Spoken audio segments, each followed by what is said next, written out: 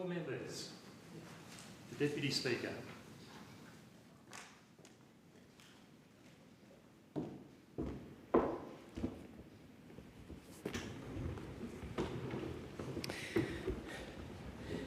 Are there any constituency statements by honourable members? The member for Wentworth.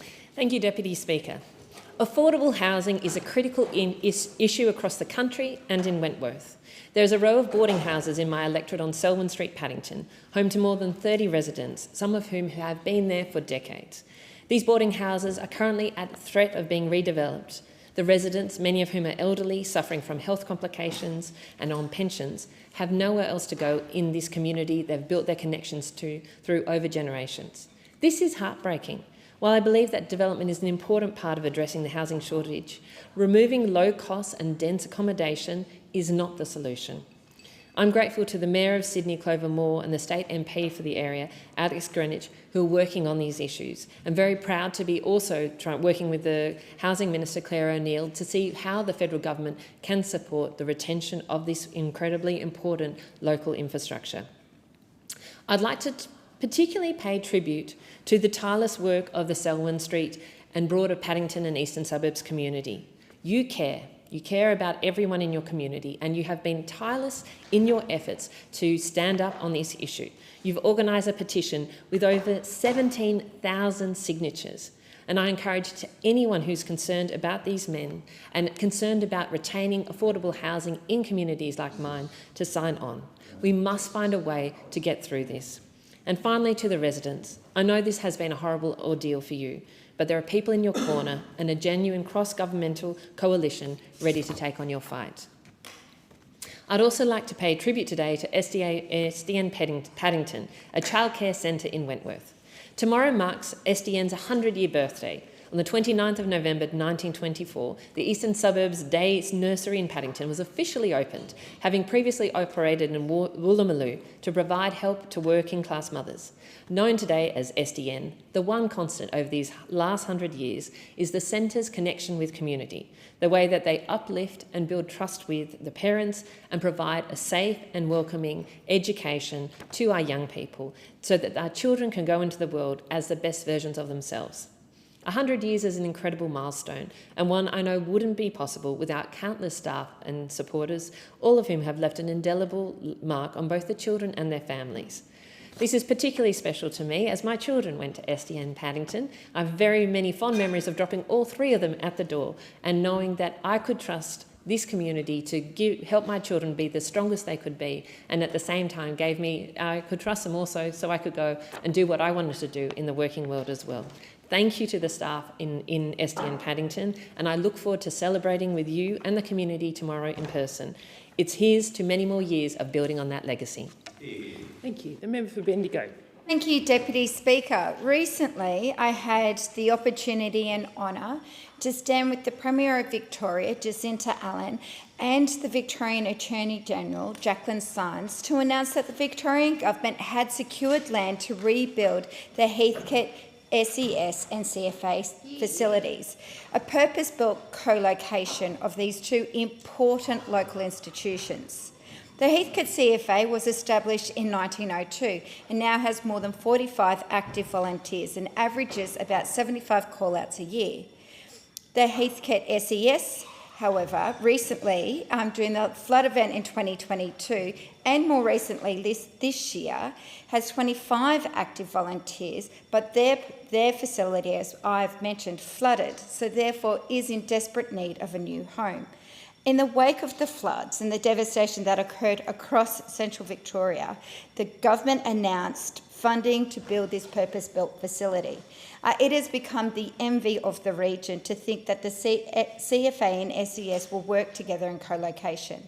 Similar announcement has also been made for Rochester, which is just up the road, and to be in the Bendigo electorate after the next federal election. And I look forward to working with the community and both of these amazing organisations.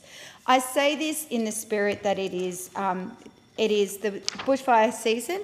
Awareness has officially started. And I do want to give a shout out to all of our local SES and CFA volunteers. As we go into this summer, we don't quite know whether we could be ravished by floods or by fire. Hopefully neither. But I do want to give a shout out to our first responders and our volunteers, the SES and CFA, because I know that regardless of what might face us this summer, they will be active, they will be prepared. They'll be there to help people when they're most in need. That is why I also want to take a moment to acknowledge the Malden CFA. I had the honour with my state counterpart, Marie Edwards, to attend their annual awards event, where some very special members received national medals. The national medals are presented to those who've served in the police force, Australian Fire Services, Protective Services, Correction Services and Emergency Services for longevity, commitment and in recognition of diligent service to the community in hazardous circumstances, including in times of emergency.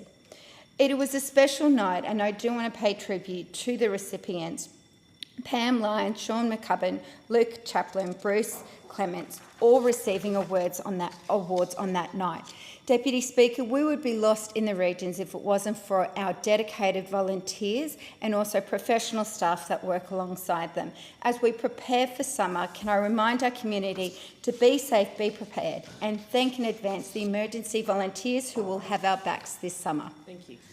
The member for Nichols. Thank you, Deputy Speaker, and I note to the member for Bendigo that if the member for Bendigo is fortunate enough to win the next election, we'll pick up Rochester as a community, and there is an amazing, resilient and beautiful community that you will represent if you win, who've been through a lot, and but it's been a privilege and to represent that community, given what they've gone through in the 2022 floods. Deputy Speaker, thought I'd just wrap up the year. In opposition, you fight the good fight. You try and hold the government to account. Sometimes that works, sometimes it doesn't. When the government puts forward good legislation, you support it, and I think people outside this place don't understand quite how much cooperation there is between the government and the opposition, and there has been some good cooperation, even with the member for Moreton. But then you've obviously got to fight against legislation that you don't agree with, and we have fought against some of that legislation, Deputy Speaker, whether it be the biosecurity levy, community pharmacy deal, which 60-day dispensing, which it seems like a good idea, but it has that terrible effect of putting at risk community pharmacies in regional areas, taxing superannuation accounts over $3 million, which is quite frankly a ridiculous plan, because people might have to pay tax on unrealised capital gains. The misinformation, disinformation bill, which was a dreadful bill, and thankfully it has not proceeded. And we strengthened, I think we were able to strengthen the response to the CFMEU. But the Albanese government does continue down some paths which are damaging for regional communities, including mine. The biggest one is the Murray-Darling Basin Plan, and the Minister for Environment and Waters trying to change that plan from what was actually agreed to, where there was a socio-economic impact test, which for the extra 450 gigalitres of water, which protected communities like mine. To throw that out really has damaged confidence in the economy in my region, and governments should not damage confidence, but that has happened. So I hope the Albanese government can reflect on that.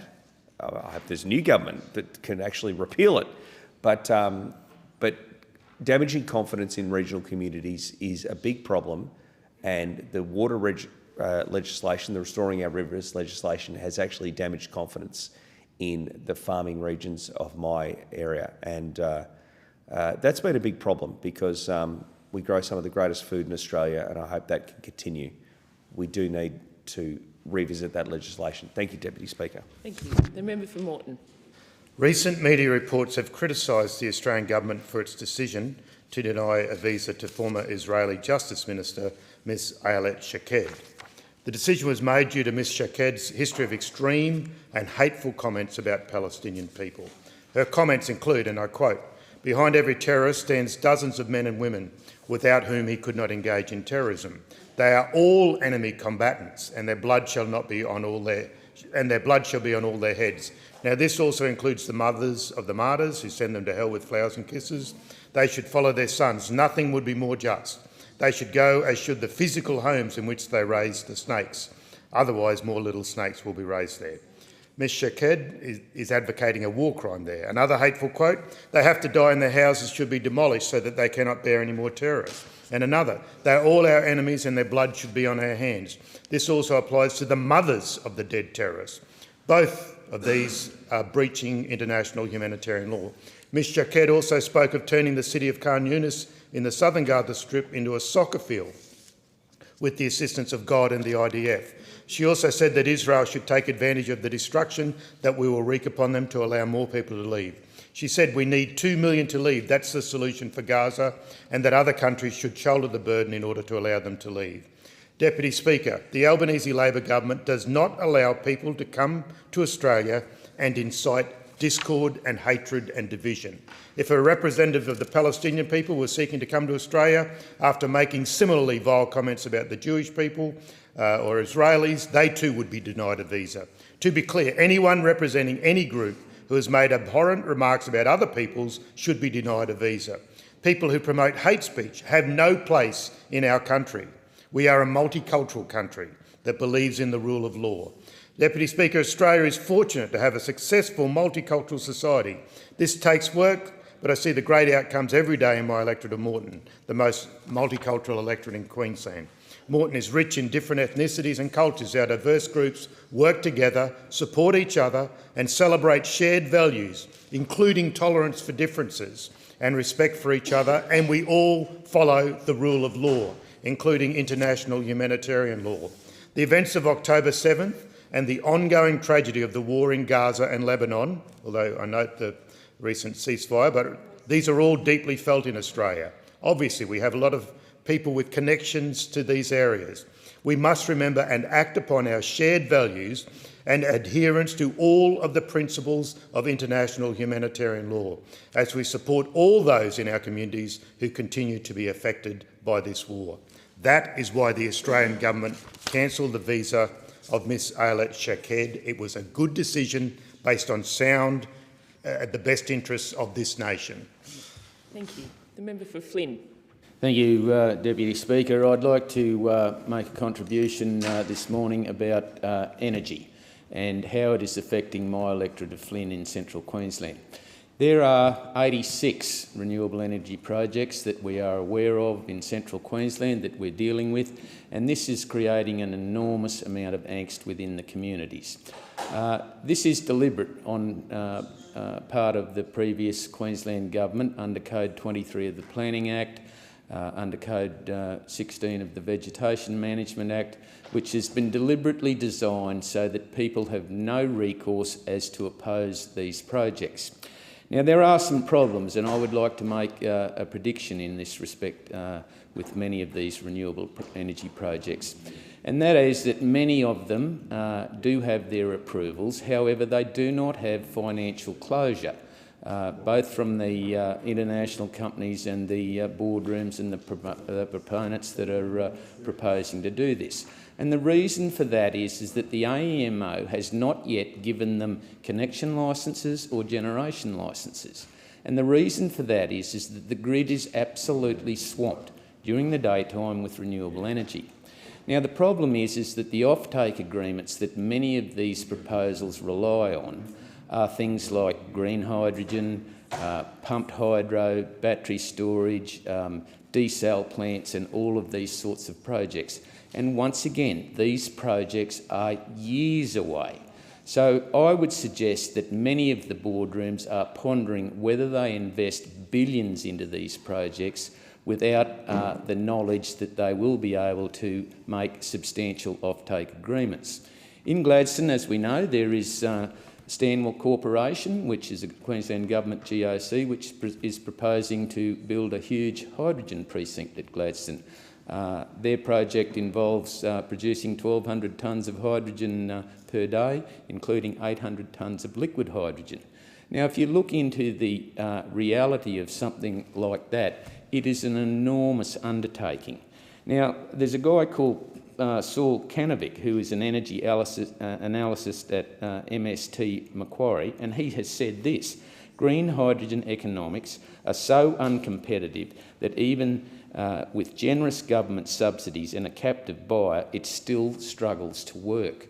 So the reality of that is that many of these offtake projects that will rely on green energy, wind turbines, solar panels and batteries may yet not happen. So that is why the Coalition is proposing a nuclear energy option so that we can provide reliable, constant baseload power. Thank you. The member for Newcastle.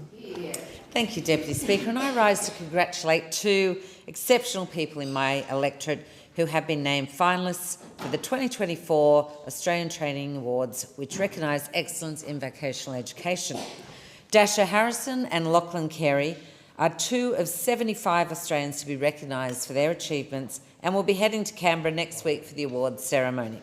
Dasha is a Year 12 student at Newcastle High School and has been named a finalist for the Australian School-Based Apprenticeship or Trainee of the Year award.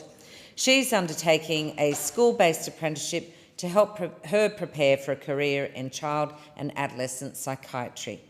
Completing a Certificate 3 in Health Services Assistance at TAFE, Dasha is employed at Hunter New England Health. She's not only shining in her traineeship, but also in the classroom, on the sports field and in her part-time job. Lachlan Carey is up for a Trainee of the Year award. Having faced his fair share of struggles, Lachlan decided it was time to pay it forward and pursue his passions by completing a Certificate 3 in Early Childhood Education and Care. Bringing his fun, nurturing and patient nature to every interaction throughout his traineeship, Lachlan was immediately adored by the children in his care. These awards are the peak national awards for excellence and best practice in vocational education and training. And I want to reiterate my congratulations to Dasha, Lachlan and indeed all of the other finalists from across Australia. You are all beacons for the opportunities that are available through vocational education, and it is a great privilege to recognise your hard work and dedication. I look forward to following your careers and seeing the transformative impact you will make in our community. The Albanese Labor Government knows that vocational education equips Australians for the jobs they choose, with the skills they need for fulfilling and meaningful lives. As a nation, we reap the benefits of the education and commitment of vocational education students, teachers and trainers every day. It's fitting that each year we will celebrate their achievements through these awards. A vibrant vocational education and training sector is vital to developing the skills that we need both now and into the future. The Albanese Labor Government is supporting vocational education and training with significant initiatives, including an investment of $30 billion over 5 years in partnership with states and territories through the National Skills Agreement, and continuing our commitment to providing free TAFE permanently nationwide. And so far, there have been more than 508,000 enrolments in free TAFE since it commenced in January last year, with many more to come. And under a Labor government, free TAFE is here to stay because we know this is investment in our future. That's our ambition for all Australians. The member for Bass. I rise to share the contribution of Gregor, a young constituent in my electorate of Bass, as part of the Raise Our Voice Australia campaign. Gregor has written, Australian cityscapes, although globally popular and exceptional tourist destinations, tend to lead towards lower density living compared to other developed nations. Accessibility to stores, educational facilities, amenities, public transport, healthcare and much more relies on efficient and lucid infrastructure. Introducing more high-density living into major Australian cities provides economic, environmental and social benefits that will be critical to the cultural and financial growth of the country. More demand for public transport, along with an increase in convenient access to it, especially with the reduction of urban sprawl, would increase productivity with the decreased commute time to amenities. More populous living generally correlates with commercial and business hubs, stimulating job growth with the swell of populations within business districts. Australia is known for its urban sprawl, with nearly all residents opting for a standalone home and larger blocks of land. While notable Australian metropolises are home to larger quantities of high-density buildings featuring apartments, high-rises and townhouses, residents are spread throughout suburbs and the outer rings of cities. Introducing high-density housing in these areas would provide more affordable housing options and include sustainable environmental benefits such as a reduced carbon footprint, more efficient land use and a more concentrated and shared use of resources and recreational facilities. Furthermore, a higher total population capacity would also provide the opportunity to introduce more permanent residents into Australia, which includes benefits of its own such as economic development, a more diverse and enriched society, a larger military and an increased talent pool, all of which open up a million gateways of their own towards a brighter and stronger future of Australia. Higher density development offers increased economic opportunities, decreased traffic, reduced urban sprawl and blight, lower costing infrastructure, an eco-friendly approach towards rising populations, increased property value, upgraded public transport, cultural and social progression with a concentrated populace, improved geographical management of educational facilities and accessibility to amenities, and the list goes on. With concise and careful consideration and planning, we can make our cities more efficient to navigate and more enjoyable to live in. Thank you, Gregor, for your thoughtful and detailed contribution. This was my last contribution from this year's Raise Our Voices campaign, where I undertook to read all of the contributions that were delivered from students in my electorate of Bass. Thank you. The member for Corangamite. Thank you, Deputy Speaker. Residents in the Armstrong Creek Growth Corridor in my electorate of Corangamite are angry and frustrated.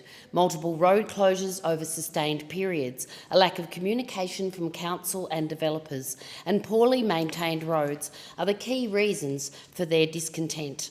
I know this because I recently conducted a road survey after so many locals complained to my office about the questionable management of local roads in Armstrong Creek, Charlemont and Mount Dunedin.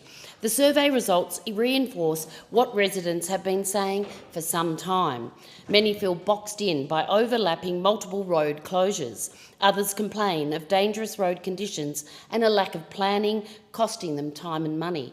Here's what one local resident, Bridget, said: "I'm deeply troubled by the unsafe conditions resulting from the roadworks. These conditions make it extremely difficult to reach essential services without enduring a lengthy and perilous journey." Another local resident, Emily, said, "It's so disappointing to see a lack of consideration for locals and the illogical planning that is being done when works are undertaken." Deputy Speaker, I'm urging Council to act and fix the problem now. I've written to Council twice about this issue and my office has been in regular contact. In response to calls from community, as detailed in their survey responses, I urge Council to review current and upcoming road closures to ensure timely access and egress for residents of the Armstrong Creek area.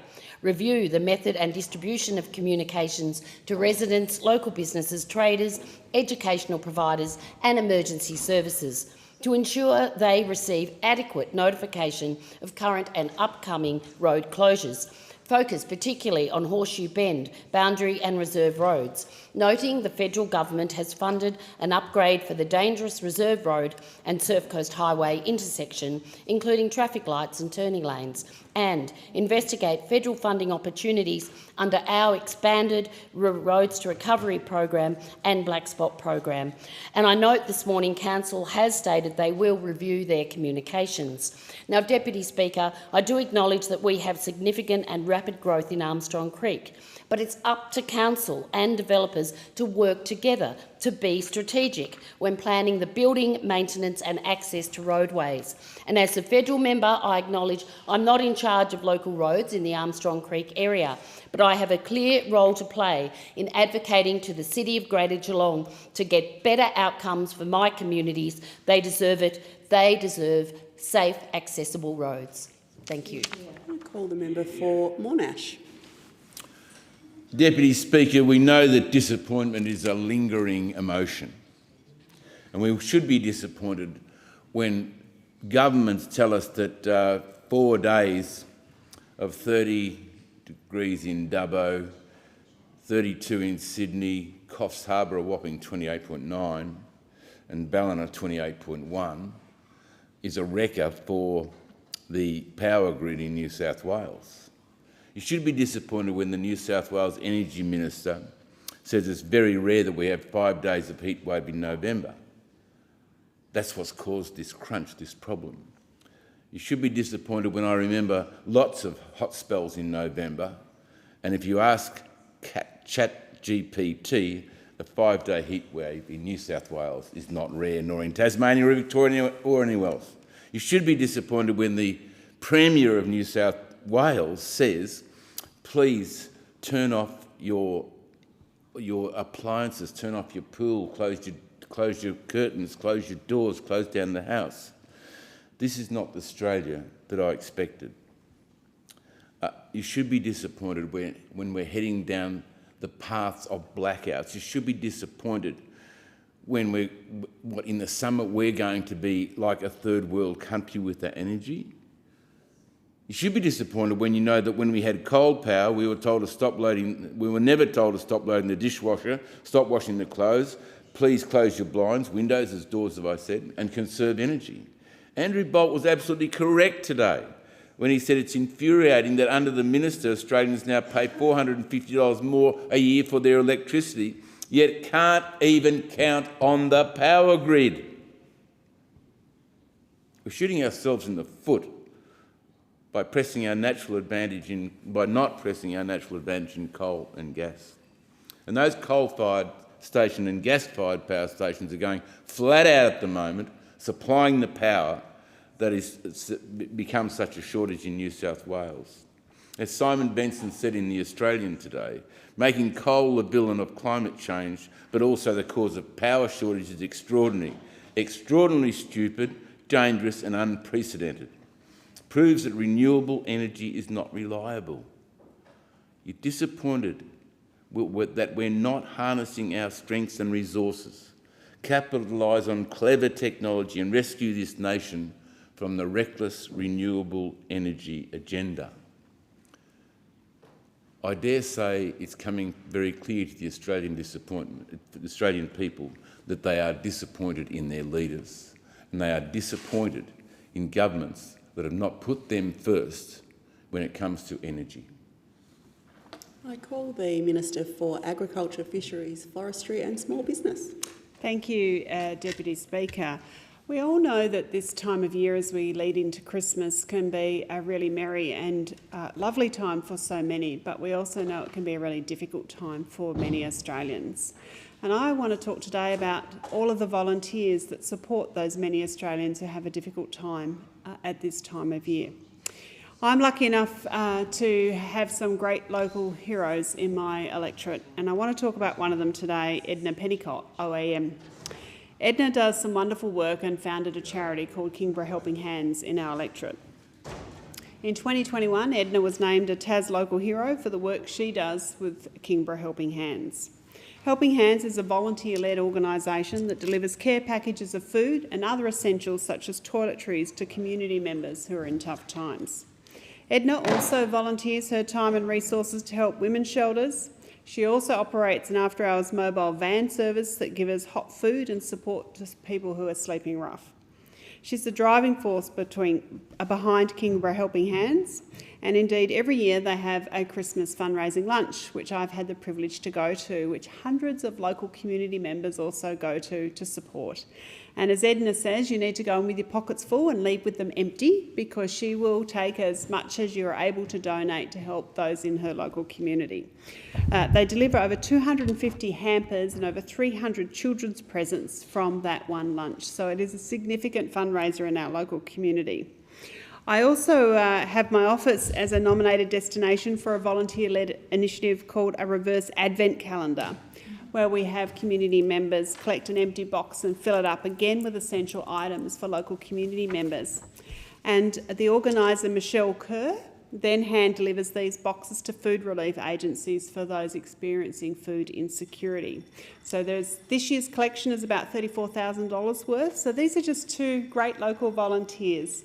We also, of course, have in Tasmania the ABC Giving Tree, which I have been donating to now for more than 20 years. It's been running for 36 years and raised over $100,000 each and every year that goes to a lot of local charities such as the Salvation Army, the Hobart and Launceston City Missions, the Vinnies, Home Base that used to be Colony 47, the Hobart Women's Shelter and a whole range of other charities. I think what it says is that there are many people in the Tasmanian community doing it tough, but importantly there are a lot of Tasmanians who are giving their money and their time to support those in our local community, which is really what the Christmas spirit is all about. Indeed, I'm proud to be part of a government that is also providing some cost of living relief to those Tasmanians who have been doing it tough through our tax cuts, our energy bill relief, our more improved bulk billing, urgent care clinics, cheaper medicines and cheaper childcare. We know there's more to do and we want to continue to support Tasmanians. In accordance with Standing Order 193, the time for members' constituency statements has concluded and I call the clerk. Government business, order of the day number 1, Workplace Gender Equality Amendment, Setting Gender Equality Targets Bill 2024, resumption of debate on second reading. The question is that this bill be now read a second time and I call the member for Wheels. Thank you, Deputy Speaker. Under the Labor government, the gender pay gap is actually shrinking. This was the news from the Workplace Gender Equality Agency last week, which is reporting that the gender pay gap has dropped to a record low. Now, the Albanese Labor government has been absolutely committed to drive progress on gender and economic equality. One of the main reasons behind the decrease in the gender pay gap is Labor's lift in wages for lower paid workers, especially in highly feminised sectors like aged care and early education, both of those campaigns many of us have been involved with over the last couple of years. Our government wants to work with all employers to close the gender pay gap. A division has been called for in the House. The proceedings are suspended to enable honourable members to attend the division, and the proceedings will resume when the chair is resumed at the conclusion of the division or subsequent divisions.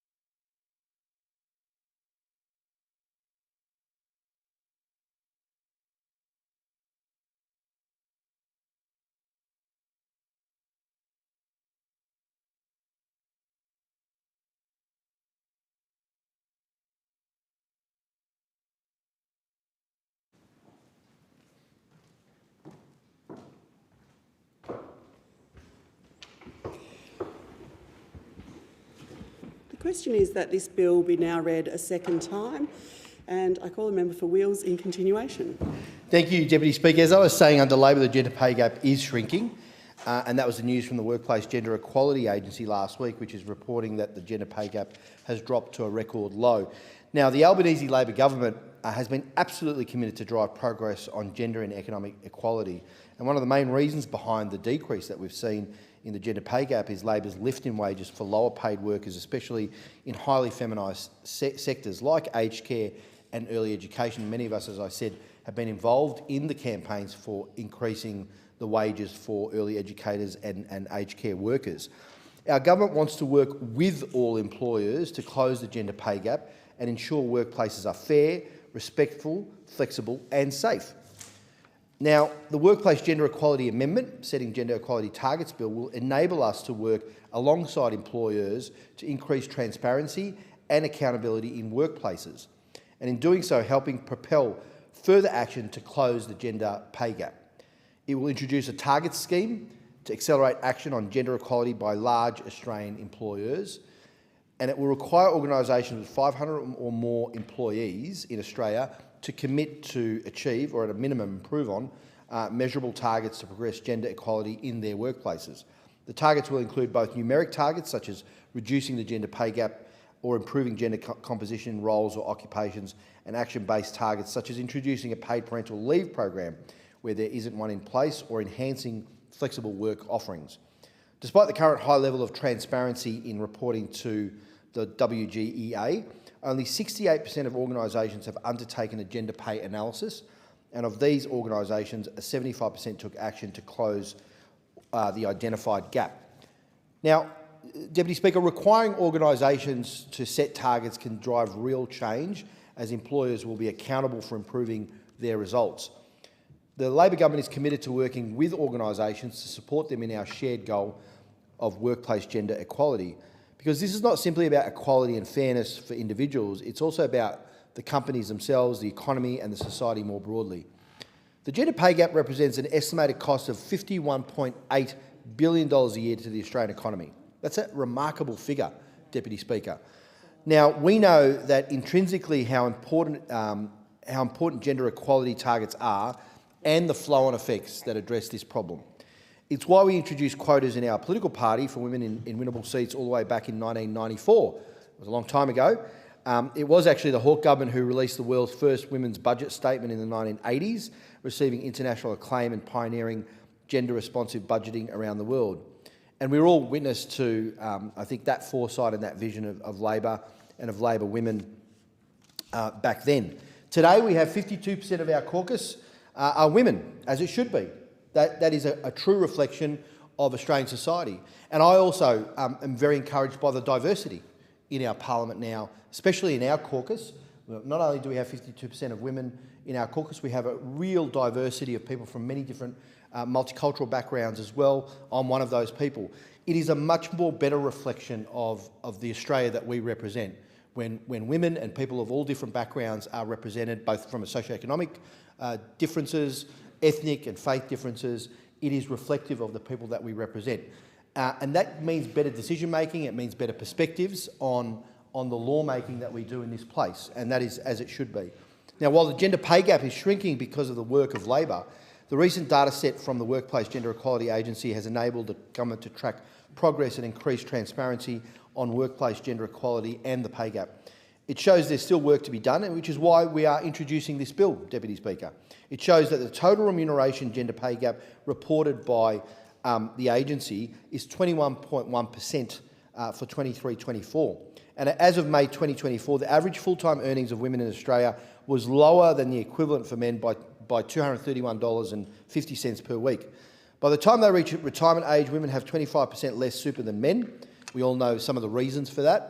And women also continue to be underrepresented in leadership positions, as they represent only 22% of CEOs across corporate Australia. This is despite research finding a causal relationship between increasing the proportion of women in the most senior levels and higher company performance in productivity and profitability. Now, I've looked at some of these studies, Deputy Speaker. When you add more gender diversity and more ethnic diversity into leadership positions, you start to see the increases in performance, in profitability and productivity. That's one particular metric. Better decision making as well. There's lots of research around that. Why is that? It's because women bring different perspectives to the table. People of different backgrounds bring different perspectives. They challenge ideas. There's a synthesis that occurs where better decision making is actually encouraged and facilitated. And that can only be good for the organisation. It can be good for the people that benefit from that better decision making. Under this bill, the agency will work with employers to set and achieve targets, helping build their capacity to achieve that change. And the agency will deliver education resources and provide direct support to employers to undertake analysis, develop action plans and build internal capability to improve gender equality. Workplace gender equality also means gender equality in parental leave and superannuation. Labor has expanded our parental leave scheme to a full 6 months by 2026, made it easier for parents to share care with a single gender-neutral entitlement and added superannuation to the scheme, because we know that women on average retire with 25% less superannuation than men and are still overwhelmingly the primary caregivers, especially when a baby is born or a child is young. With our new paid parental leave, PPL reforms, we're bridging the superannuation pay gap whilst ensuring that working parents don't have to trade off their parenting years for their grandparenting dreams, because every moment counts. The division has been called for in the House. The proceedings are suspended to enable honourable members to attend the division, and the proceedings will resume when the chair is resumed at the conclusion of division or subsequent divisions.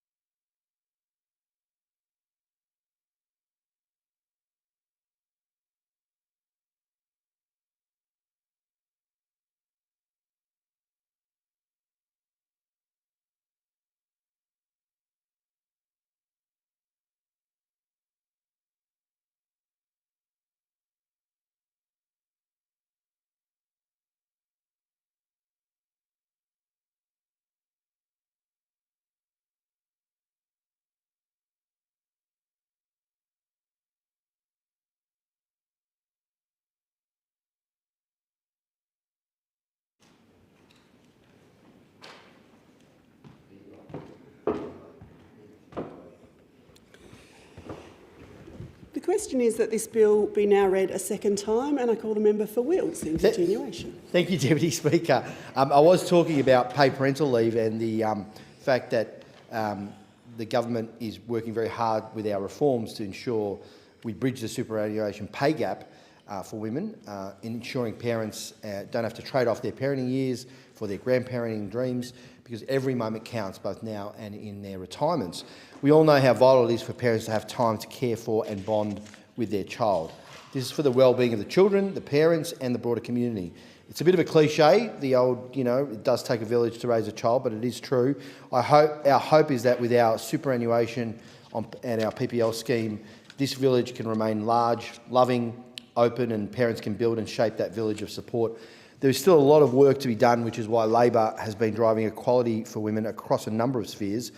And I would mention too, Deputy Speaker, the Albanese Labor government delivered a tax cut for every woman taxpayer across the country. This was a tax cut of $1,649 on average this year for Australian women. Under the Albanese Labor government, 97% of women working in women-dominated or feminised industries like early education, disability care, aged care received a bigger tax cut under Labor compared to the Liberal Nationals' proposed tax cuts. We also funded a 15% pay rise for early childhood educators and aged care workers, which are both, as you know, highly feminised sectors. Deputy Speaker, it would be remiss of me today to speak about workplace gender equality and equality for women more broadly without acknowledging and paying my respects to the too many women who've died or been impacted by male violence against them. Some 86 or 87 women just this year. It is a shocking statistic, Deputy Speaker. Because gender equality, when we talk about gender equality, we can't achieve this without the fundamental respect for women and for their lives that should be part of our normative framework as a society. This week there was the International Day for the Elimination of Violence Against Women, as we all know, and I wanted to reiterate my commitment as an MP, as a member of the government, as a male in my own community that can be a role model for boys and other men in the behaviours that we model around respect in order to break this cycle. I think, and I'd said this earlier in a speech earlier in the week on that day, that when, and I mentioned a story about one of my young female staffers who's now 30, but when she was 17, she never forgot that she was walking down the street and this car pulled up and a bloke wound down the passenger side window, leant over a small boy and wolf whistled her and said a few things to her and then drove off. And she was shaken, she felt disrespected, she felt unsafe, to use that term. But also, if you think about what was going through the mind of that little boy, what was that kind of behaviour that that little kid was being shown or modelled? And so when we talk about trying to end that kind of behaviour, trying to model respectful behaviour, I think it's stopping that, but that's just a neutral point. I think we also have to model positive behaviours, respectful behaviours towards women as well. And that's our responsibility as men in our community, working with the boys and younger males in our community, whether it's at sporting clubs, whether it's at schools or wherever boys and men congregate, to just continually offer that positive role model and modelling behaviour. It's hard to do, it's important work because there's a tsunami of negative models, if you like, on social media. We know the influence of social media on young boys and men and the effect that it's having on them. So everything that we can do, not just as a government, but I think as individuals, as members of society, taking our responsibility really seriously. I've always said every little time that we can disagree peacefully or respectfully, even if we have a big disagreement, we're adding to social cohesion. Every time that we can demonstrate a positive male behaviour to a young boy, we're adding to that effort to enlarge and make larger the respectful behaviours that boys and men should show towards women, and that is on all of us as an onus for us to do that work. I genuinely believe that the National Action Plan to end violence against women and children in a generation will help end what is a national crisis. And for my part, I'm going to continue to work tirelessly, both in a personal sense, as I've said, but also in a professional sense as a lawmaker here to make that contribution. And I want to be clear too, Deputy Speaker, this bill is actually a world first scheme. It's unique, it's a world first. No other country in the world requires businesses to commit to gender equality targets. This is a world first. Australia and the Albanese Labor government will be leading the way.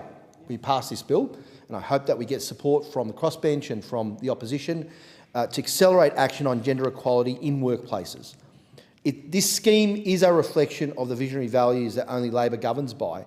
Equality of opportunity for all, regardless of gender, regardless of ethnicity, regardless of faith or social or economic station.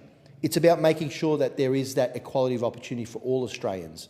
And so I encourage my colleagues to support this very, very important bill and have it pass through both houses. And I thank you, Deputy Speaker.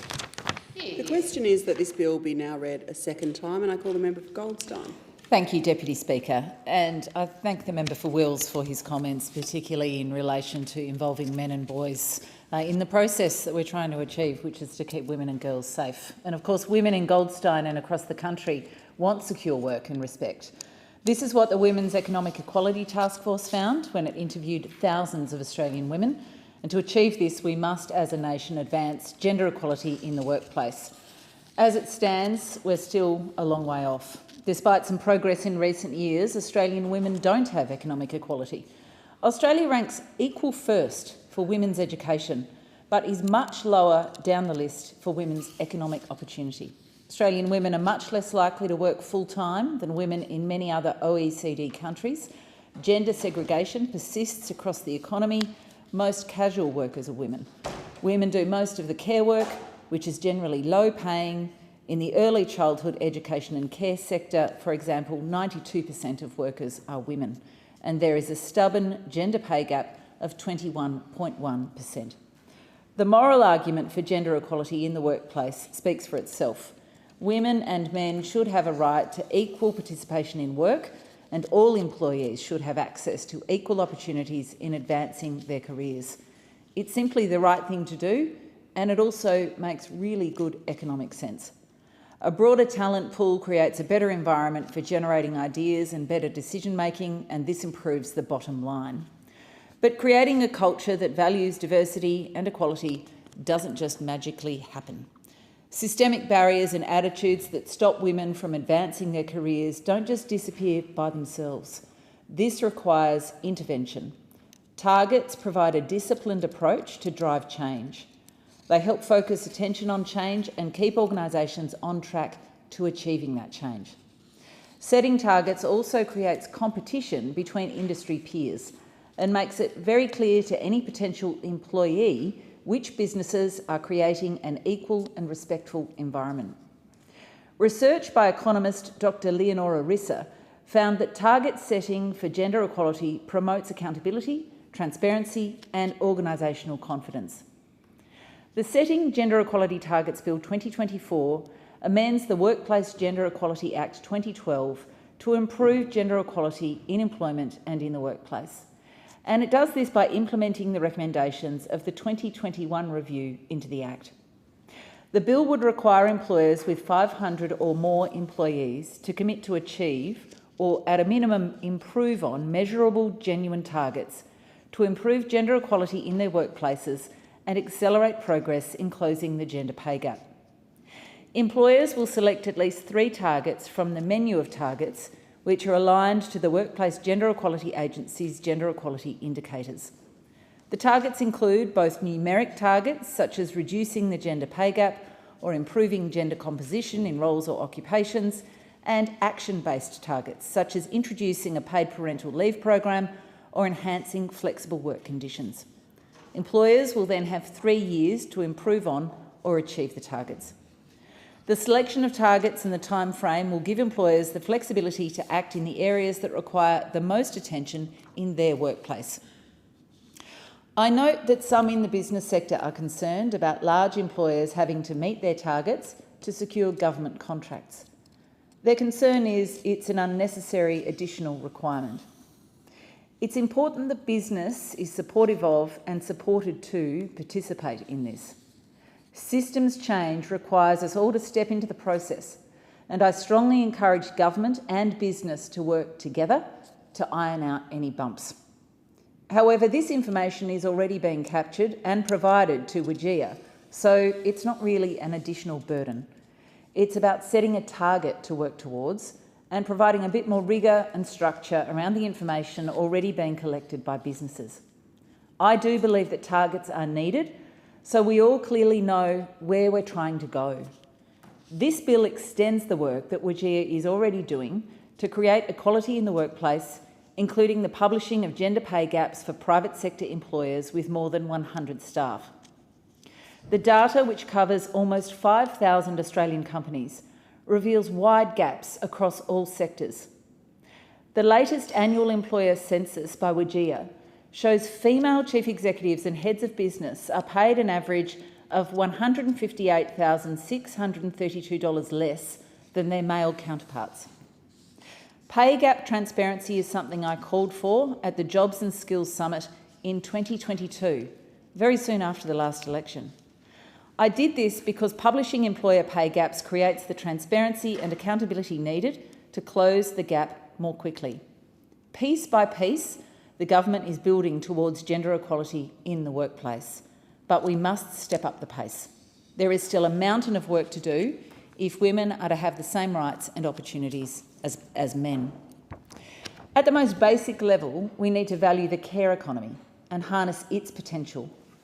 The care sector is undervalued because it's an area of the economy that we don't think of as being productive or about investment. This attitude is slowly changing, and it must, for the sake of the country. It's not widely understood, but the care economy is the largest single employer in Australia, with over 1.8 million people, 80% of whom are women, currently working in care economy jobs. It's also our fastest growing sector as measured by job growth by a long way. Building from that, we must accelerate the steps towards a universal early childhood education and care system.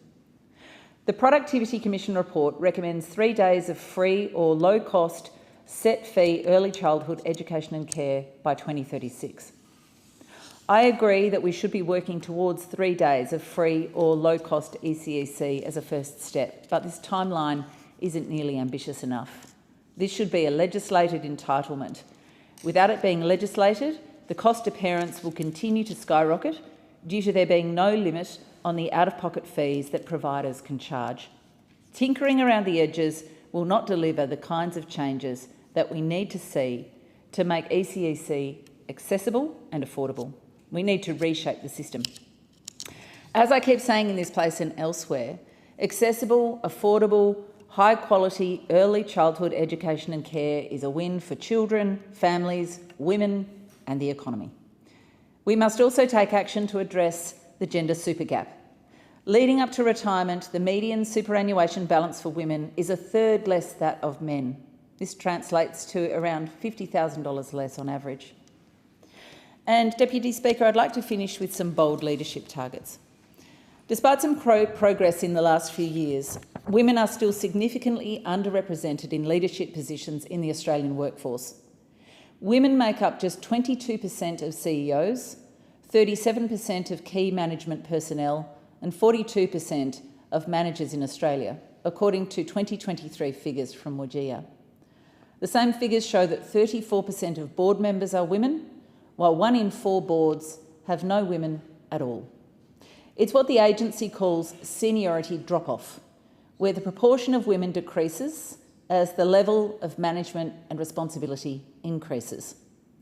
To address this, Chief Executive Women is advocating for all executive leadership teams to be comprised of 40% women and 40% men, with the remaining 20% flexible to any gender, 40-40-20 by 2030.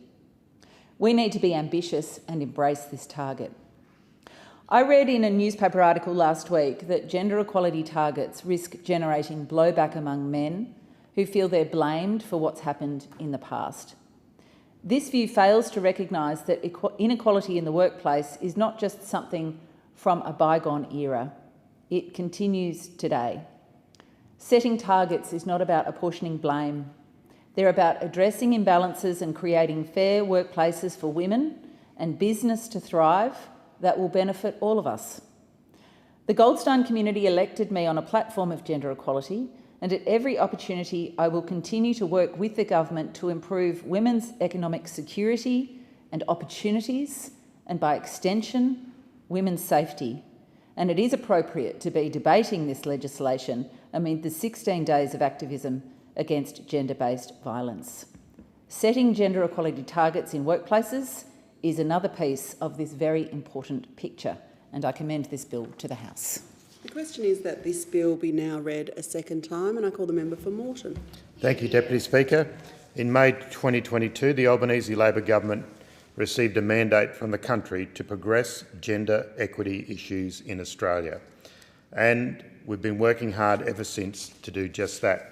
We've been focused on putting women and gender equality front and centre of Australia's economic plan, and we're determined to make women's lives safer, fairer and more equal. Labor leads by example. The Labor Party in this 47th Parliament is comprised of 53% women. It is a privilege to work alongside them.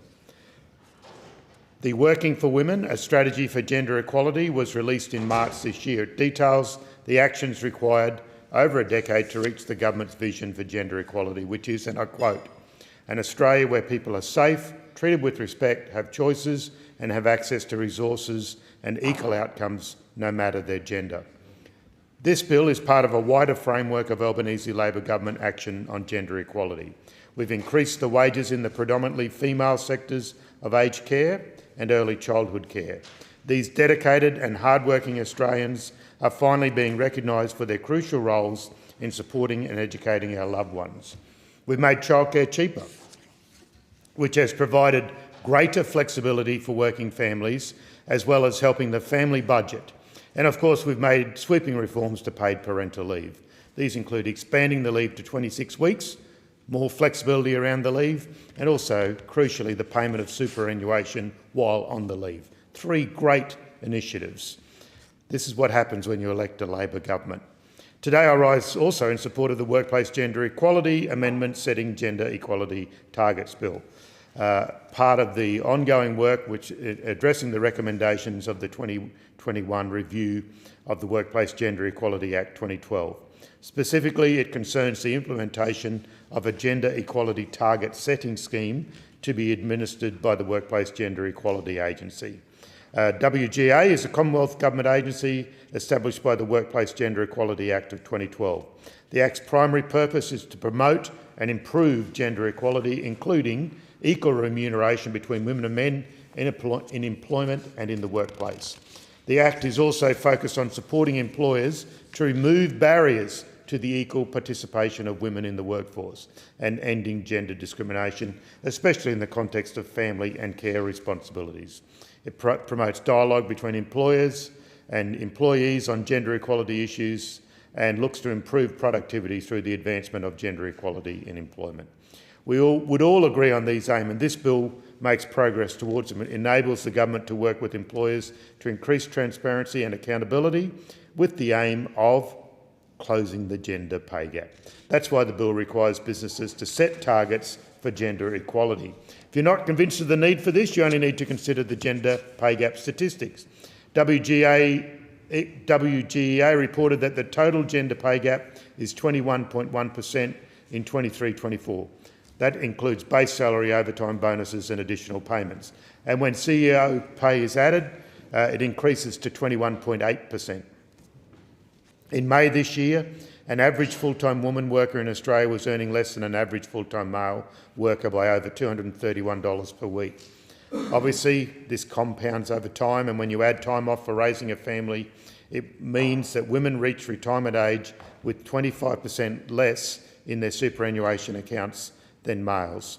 As the Women's Budget Statement in May this year reflected, it stated this gap is driven by a range of factors, including differences in gender representation and remuneration across occupations and industries, the impact of caring responsibilities on patterns of work, and gender discrimination and bias. These factors are complex, interrelated, and can often compound over a woman's lifetime. We all know what the term glass ceiling means, and unfortunately it's still an apt description of the experience of many women in the workplace. Women continue to be underrepresented in leadership positions in companies. Currently, sadly, only 22% of CEOs are women, and they only hold 20% of chair positions and 32% of board member positions. Deputy Speaker, a staggering 25% of organisations have no women on their boards at all. Yes. These figures are why this bill is so important. It puts in place a scheme to require large Australian employers to incorporate gender equality targets. So that's organisations with 500 or more employees. They will then have to commit to measurable targets to improve gender equality. Over time, this will positively impact workplace culture and produce change in these companies. And, dare I say, trickle down to smaller companies as well. There is flexibility for employers when it comes to the targets. They can be numerically based or action-based. They include the gender composition of boards and the workforce as a whole, and also narrowing the gender pay gap. There are options regarding flexible working arrangements and support for those juggling parenting and caring roles. There are targets for the promotion of workplace consultation on these matters and obviously workplace sexual harassment. The WGEA notes that these focuses align with gender equality indicators and are areas that can be improved through target setting. In fact, target setting and action planning are demonstrated to drive positive outcomes when it comes to gender equality. This approach is evidence-based and promotes accountability, transparency and confidence in the employer. The WGEA will be there to support organisations on their journeys towards gender equality. They will help employers set and achieve targets and embed a culture of gender equality. There are resources as well as direct consultation services available. I encourage all organisations to take advantage of these services, especially as only 68% of organisations have undertaken that simple thing, a gender pay analysis. 3/4 of these organisations subsequently took actions to address the gap. Deputy Speaker, you can see that there is work to be done, and this bill will ensure that work is undertaken. The government intends to work with organisations to achieve their gender equality aims, because we know that productivity receives a boost along the way. Businesses which set ambitious targets but do not fully meet them within a 3-year period will not be found non-compliant if they've made progress towards these targets. Achieving gender equality in the workplace is not a punitive process, rather it is an encouraging and positive one. Of course, we do expect all large organisations to get on board with these reforms, these sensible, moderate reforms. If organisations fail to set and improve upon their targets without valid reasons, they may be named publicly as non-compliant. Accountability is key when driving cultural change and improving on gender equality in workplaces. Organisations which do make progress towards targets will qualify for a certificate of compliance from WGEA. This will be required as part of an organisation's eligibility to be considered for Australian government contracts. Deputy Speaker, you can see that Labor is serious about driving gender equality. Plenty of carrots and not really too many sticks there. Businesses that promote gender equality benefit from improved retention. They improve productivity. Their safety is improved, and obviously they also have that enhanced reputation in the community. This is reflected by the range of stakeholders who are consulted on the bill, including the business sector, quite extensively, the not-for-profit sector, the higher education providers, and of course the women's sector. The Albanese Labor government intends for Australia to become a world leader in gender equality. In fact, no other country in the world requires businesses to commit to gender equality targets. This bill represents a key step along the pathway to gender equality in our lifetime, and I commend it to the House. The question is that this bill be now read a second time, and I call the member for Flynn. Thank you, Madam Deputy Speaker. I rise to make a contribution to the Workplace Gender Equity Amendment Setting Gender Equality Targets Bill 2024. I'd like to start with an overview of what this bill actually does and what it hopes to achieve. The bill amends the Workplace Gender Equality Act 2012 to require employees who have over 500 or more employees, inclusive of subsidiaries, to select and meet certain gender equality targets and report on their progress to the Workplace Gender Equality Agency. The bill also provides the Minister for Women with a new power to set targets and specify the rules in relation to the selection of gender equality targets via a legislative instrument. It provides that where an employer has not met the selected gender equality targets or demonstrated improvements within the relevant period of 3 years, they are considered to have failed to comply with their obligations under the Act. Under the Workplace Gender Equality Procurement Principles, relevant employees seeking to supply goods and services to government at or above $80,000 must provide a certificate of compliance issued by the agency as part of the procurement process. Consequently, such employers would be unable to provide the compliance certificate. It implements recommendations 3.1A of the 2021 review of Workplace Gender Equality Act 2021, which was a review conducted under the Morrison government. Recommendation 3.1A adds a new minimum standard to require relevant employees employers with 500 or more employees to commit to, achieve and report to the GEA on measurable, genuine targets to improve gender equality in their workplace against 3 of the 6 gender equality indicators. The review made 10 recommendations to accelerate change for workplace gender equality. Both the previous Morrison government and the current government have committed to implementing the recommendations of the review. This bill introduces new requirements for employers with 500 or more employees, designated relevant employers, to commit to, achieve, or at a minimum provide on and report to the agency on measurable targets to progress gender equality in their workplace against the 6 gender equality indicators. The bill amends the definition of relevant employer to explicitly include subsidiaries of parent companies with 100 or more employees, and clarifies that in a corporate structure, a parent corporation is also taken to employ each of the employees of any of its subsidiaries. The bill also introduces a new power for the Minister to set targets and rules in relation to the selection of gender equality targets. The bill gives power to the Minister to set out the category of target which can be selected and how many of the targets to select.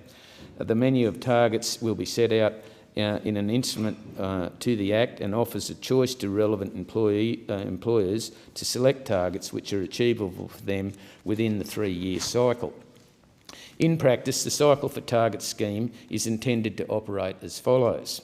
Year 0, target selection, employers of public report select 3 targets to achieve over the next 3 years. Years 1 and 2, the employer lodges their public report as usual.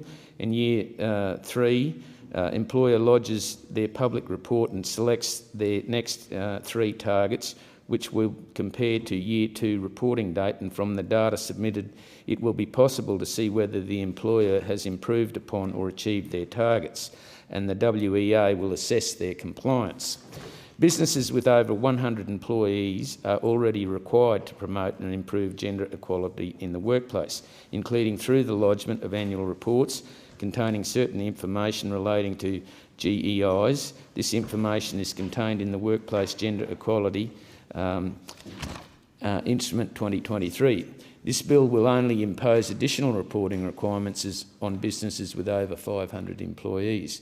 If an employer does not have a reasonable excuse for the failure to meet its obligations or demonstrate improvements within the relative period, they are considered to have failed to comply with their obligations under the Act. The WEA may name the employer in their report to the Minister, and the employer may not be able to participate in government procurement. Neither the bill nor the explanatory memorandum provides a guidance on what would constitute a reasonable excuse.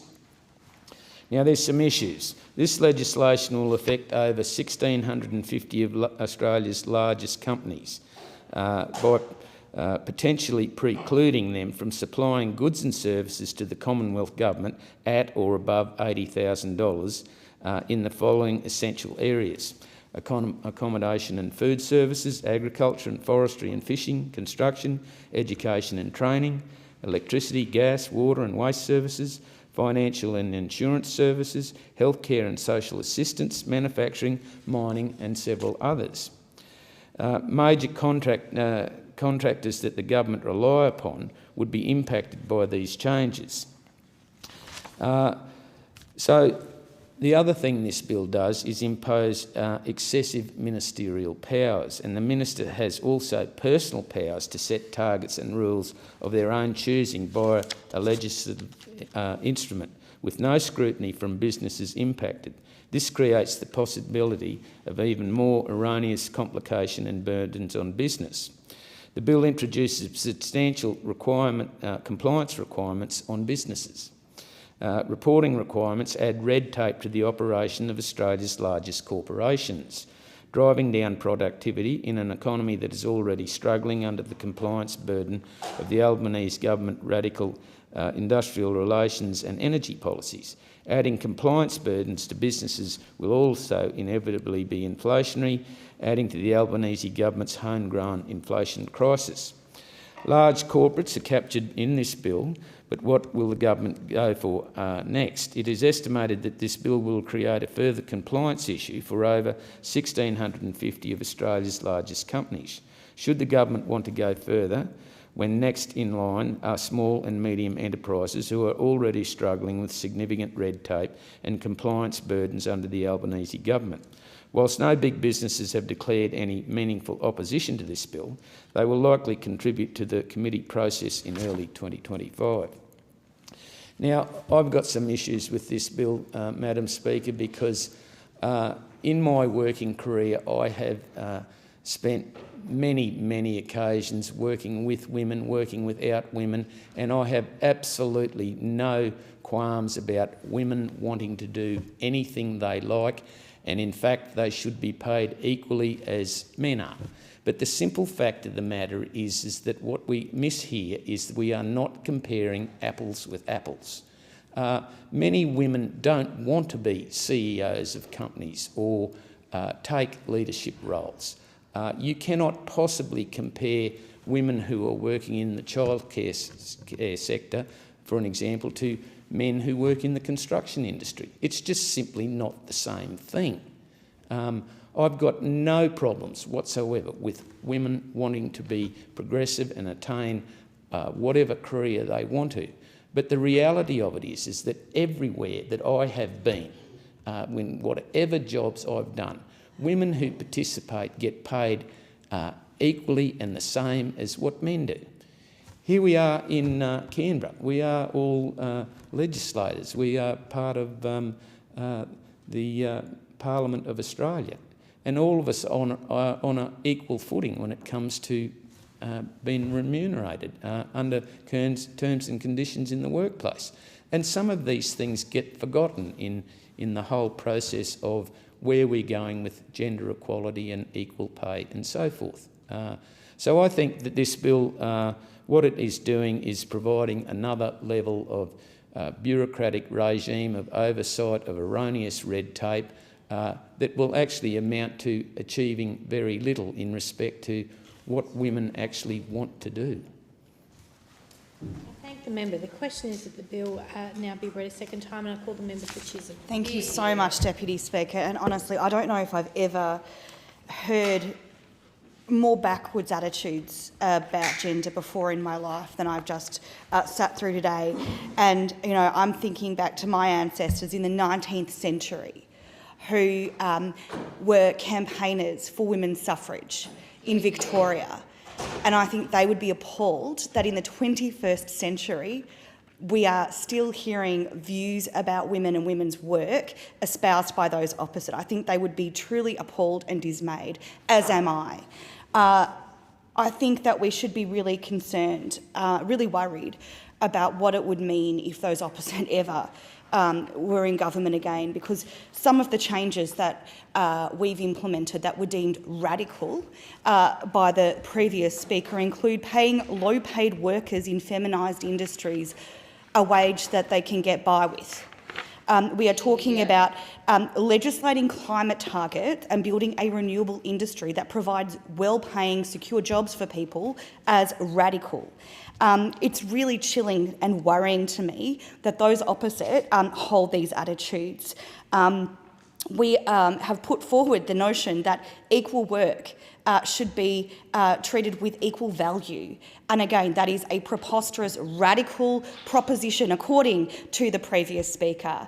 I'm really worried about those opposites' attitudes towards women, and I know people in my community are too.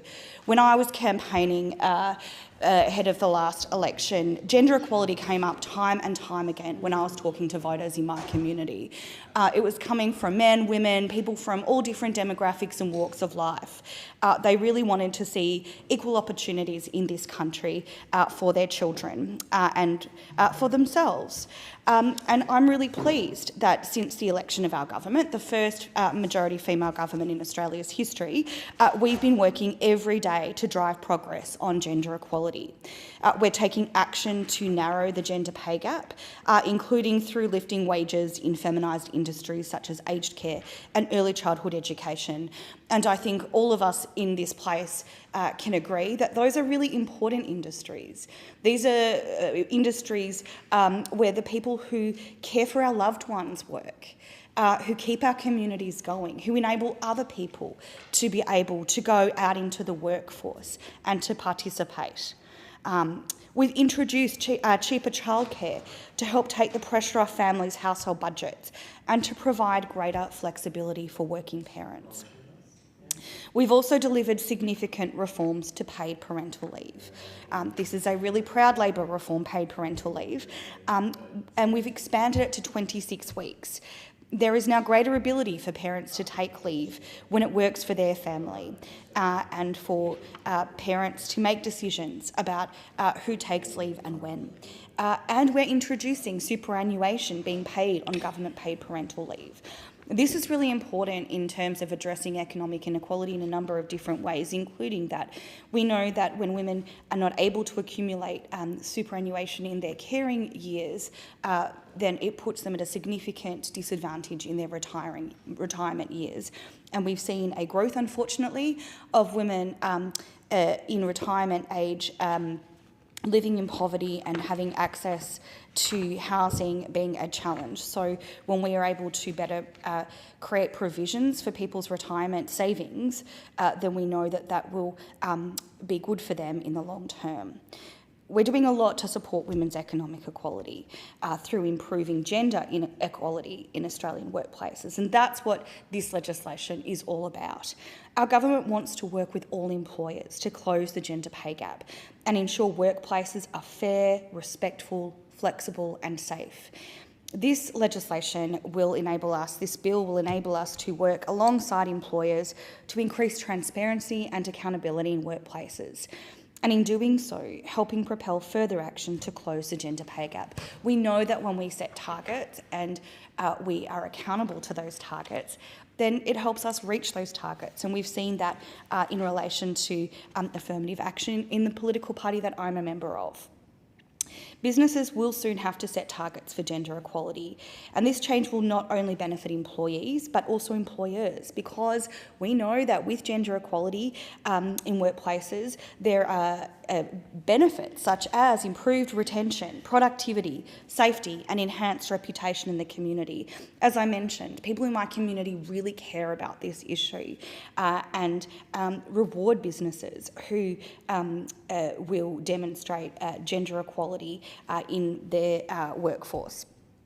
In March, our government released Working for Women, a strategy for gender equality to set a path to achieve our vision for gender equality over the next 10 years. Key to this vision is the government's commitment to close the gender pay and retirement income gap through increasing accountability and raising the bar for large employers to take action. The Workplace Gender Equality Agency, WGEA's, dataset has enabled the government to track progress and increase transparency on workplace gender equality, including on the gender pay gap. The total remuneration gender pay gap reported by WGEA is 21.1% for 23 to 24, which includes base salary, overtime, bonuses and additional payments.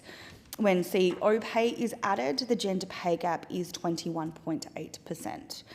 As of May this year, the average full-time earnings of women in Australia was lower than the equivalent for men by $231.50 per week. This means by the time people reach retirement age, women will have 25% less superannuation than men. And as I previously noted, we are seeing, unfortunately, real gender inequality when it comes to those who are living in poverty in their later years. Women also continue to be underrepresented in leadership positions, as they represent only 22% of CEOs. Women hold 20% of chair positions and 32% of board member positions.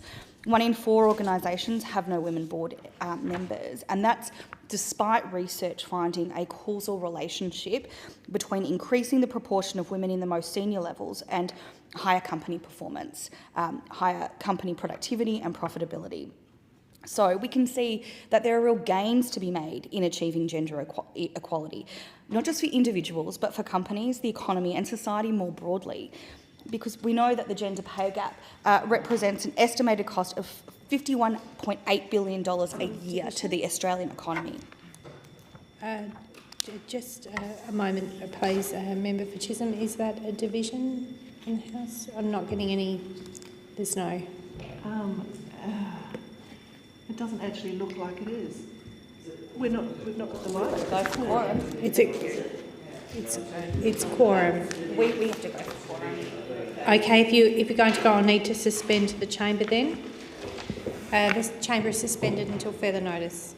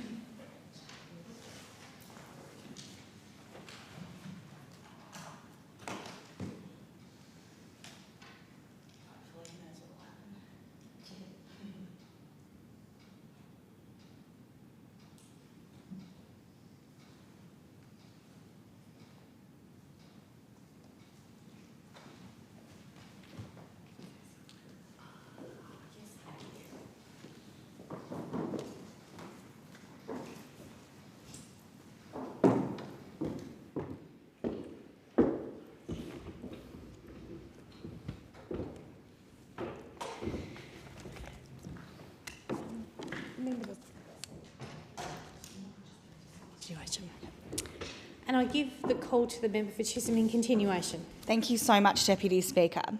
We know that equality cannot be achieved while the gender pay gap still persists. That's why our government is absolutely committed to creating a better gender equal Australia for everyone. And this bill will introduce a target scheme to accelerate action on gender equality by large Australian employers. This bill will require organisations with 500 or more employees in Australia to commit to achieve, or at minimum improve on, measurable targets to progress gender equality in their workplaces. We know that target setting and action planning are levers for improving gender equality outcomes in the workplace, and there's plenty of research and evidence to support this. Research by Dr. Leonora Riss, an economist and one of Australia's leading gender equality researchers, found that target setting for gender equality promotes accountability, it promotes transparency and organisational confidence.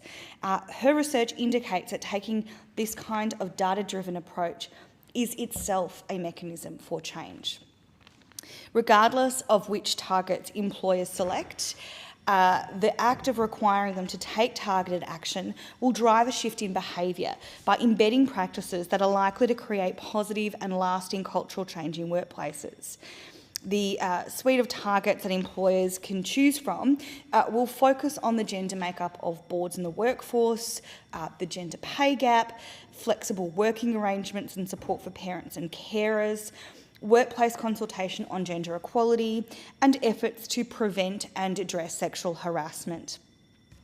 These areas align with WGEA's gender equality indicators, the 6 key areas where workplace gender inequality unfortunately persists and where progress can be achieved through focused action. The targets include both numeric targets, such as reducing the gender pay gap or improving gender composition in roles or occupations, and action-based targets, such as introducing a paid parental leave program where there is not already one in place, or enhancing flexible work offerings. The targets will draw on the information that employers already provide to WGEA against the gender equality indicators. WGEA will work with employers to set and achieve targets, helping build their capacity and to achieve change. WGEA deliver education resources, they provide direct support to employers in order to undertake analysis, develop action plans and build internal capability to improve gender equality. In creating obligations to set and achieve targets, this bill seeks to cement Australia's status as a global leader in gender equality. Targets will lead to a more ambitious scheme which meets community expectations and is in line with the broader momentum towards gender equality in Australia. As I indicated earlier, people in my community really care that we are leaders when it comes to gender equality. This is a world-first scheme. No other country in the world requires businesses to commit to gender equality targets. So Australia will be leading the way to accelerate action on gender equality in workplaces.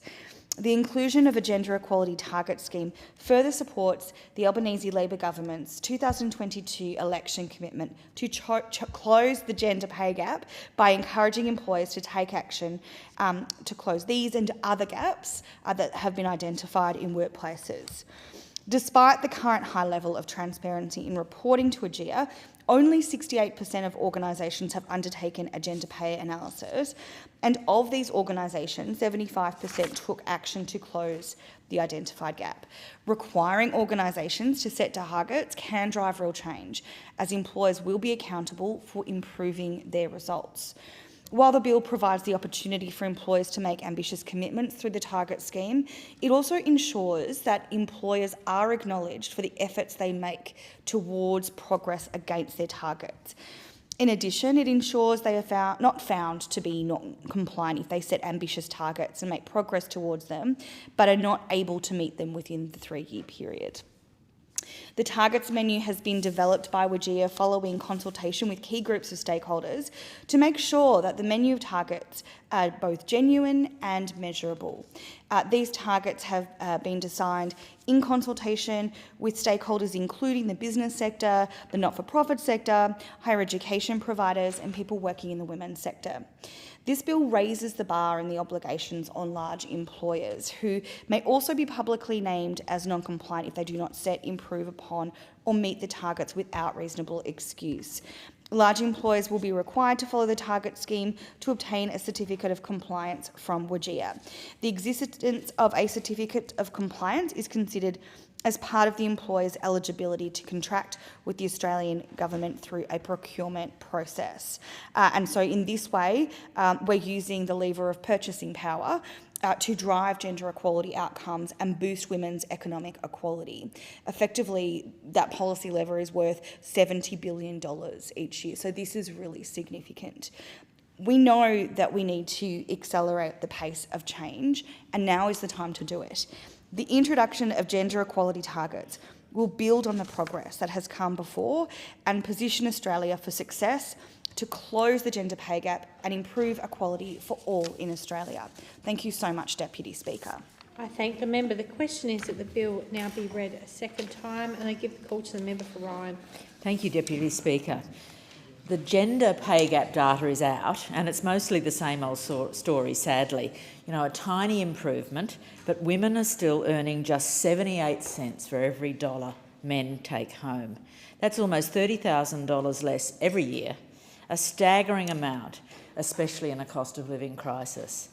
The small progress we have seen, that's thanks to aged care workers, 80% of whom are women, fighting for a modest pay rise. Let's be clear, it's not as much as they asked for. It's not what they deserve, but it's just enough to shift that needle slightly. It's progress, but it's not nearly enough. It shouldn't be this hard, it shouldn't be this much of an endless slog to actually pay women more, to value their work equally. The sad reality is that every single occupation and industry still has a gender pay gap in favour of men.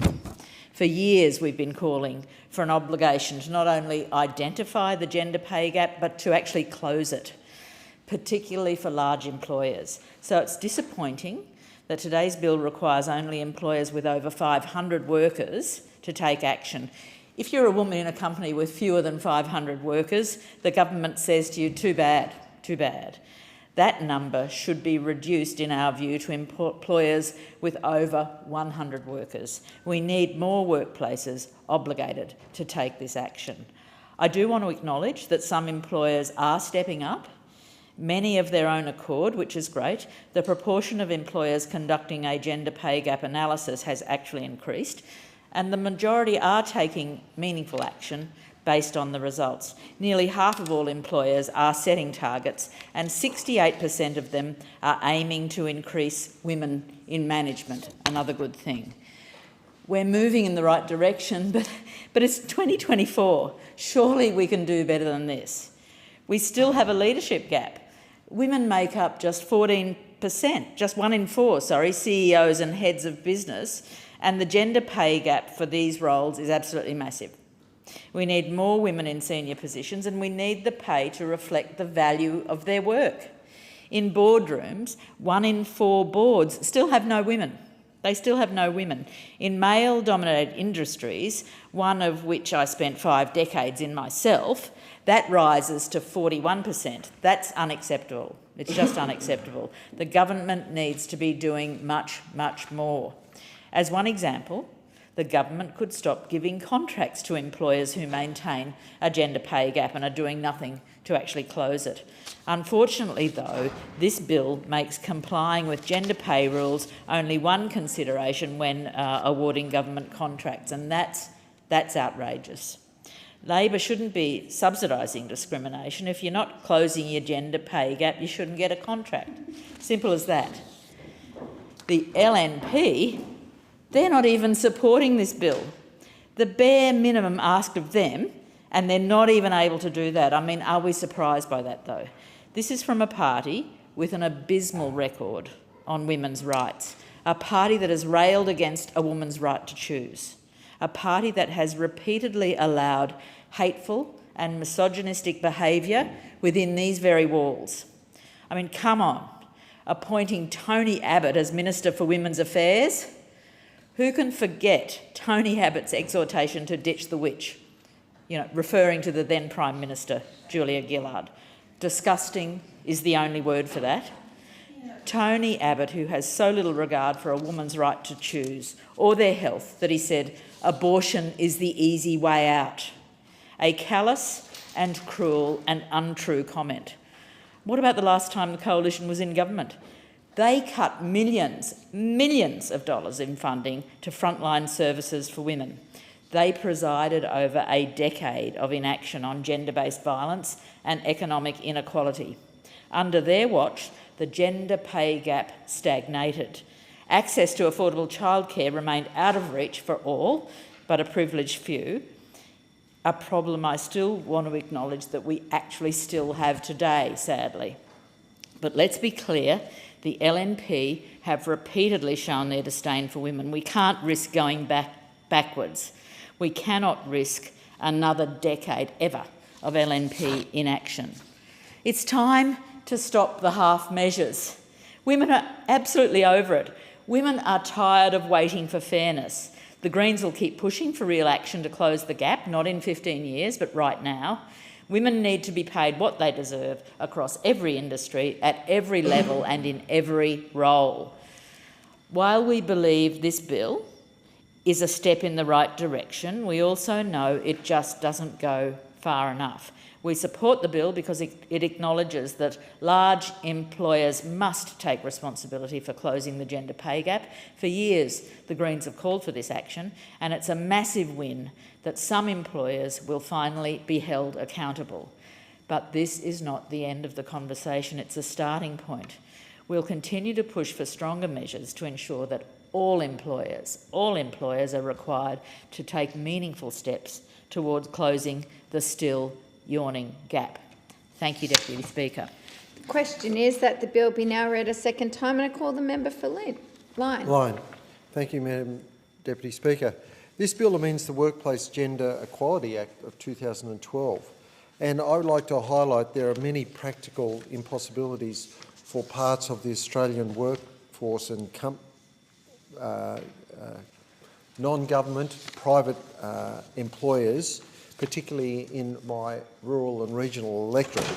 Admittedly, we don't have Microsoft and EY and SAP in my electorate, but we have plenty of big employers where this will really cause huge problems with either the gender target or the selection of the 3 items from the described list of what will become mandatory. We have some very significant big businesses with several hundred employees, like the Wing and Beef Exports Abattoir. There is no way in my known calculation that we will get gender equity in abattoir workers. It is a very horrific, challenging experience working in the slaughter room or in the boning room. Most women that I know couldn't think of anything worse. That's why 99% of them in that side of the business are generally male. There are people in management, there are people in executive position that is more gender split, but to put these unrealistic targets on some industries, like I've been underground in coal mines, and I can tell you, it's rare to find a woman who wants to be stuck underground. But that's the vast majority of the people working there. In fact, all my childcare centres are overwhelmingly employing women in childcare positions. That will mean they will have to set targets to get a whole lot of men to work in their business, which is totally unrealistic because, look, there are some men who work, they're great. Look, I think part of the problem for some of our children is we don't have enough men in these caring roles, whereas in the old days we had many more male teachers in the system.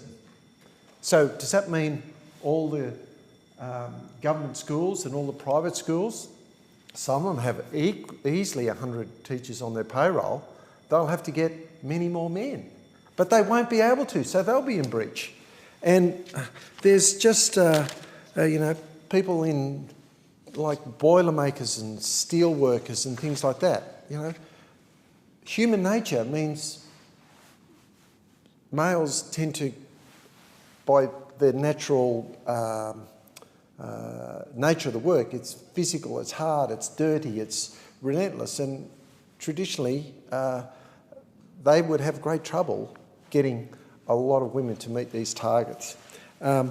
Sure, you can have targets in boardrooms and in white-collar jobs and things like that, but in the real world, out in my electorate, we have many people who aren't in that space, and that's the problem. We've got a couple of generations in Australia now, in the big cities, even in this wonderful capital of Australia, where there's 2 or 3 generations that haven't had anyone in their family or their extended family that's been in a greasy, blue-collar, hard, ugly workplace called factories, where we used to have in Sydney or over in Queanbeyan, where I grew up, heaps of people working in factories. Now everything comes from China and we order it online, and we have vast majority, we have a laptop economy, people working in air-conditioned buildings, and it's part of the reason we are so vulnerable, because we've lost a lot of that industry. But I just think you need a bit of a reality check, because in my world, this won't fly. It will fly in some places, but to force companies to mandate that they have gender targets and penalise them if they don't by removing contracts. I mean, I don't know what these companies like EY, SAP, even the Minister mentioned in her second reading speech that we are going to use $70 billion worth of contracting to force people to employ people and meet gender targets and all the other lists. I think, gee, that's going to be a bit of an interesting challenge. In her own words, I'll just get up her second reading speech. She outlined that no one else in the world is doing this. Is that not telling you something? This really needs a bit of a reality check. There's going to have to be much more flexibility in this for many employers, private employers who have more than 100 people. I know some of the colleagues here who did run big civil constructing companies who got workers from all around the world when we were building all the gas infrastructure in Queensland and in the Northern Territory. Just about every one of those companies down the line would be in breach of this law, and there was no way that they could maintain it.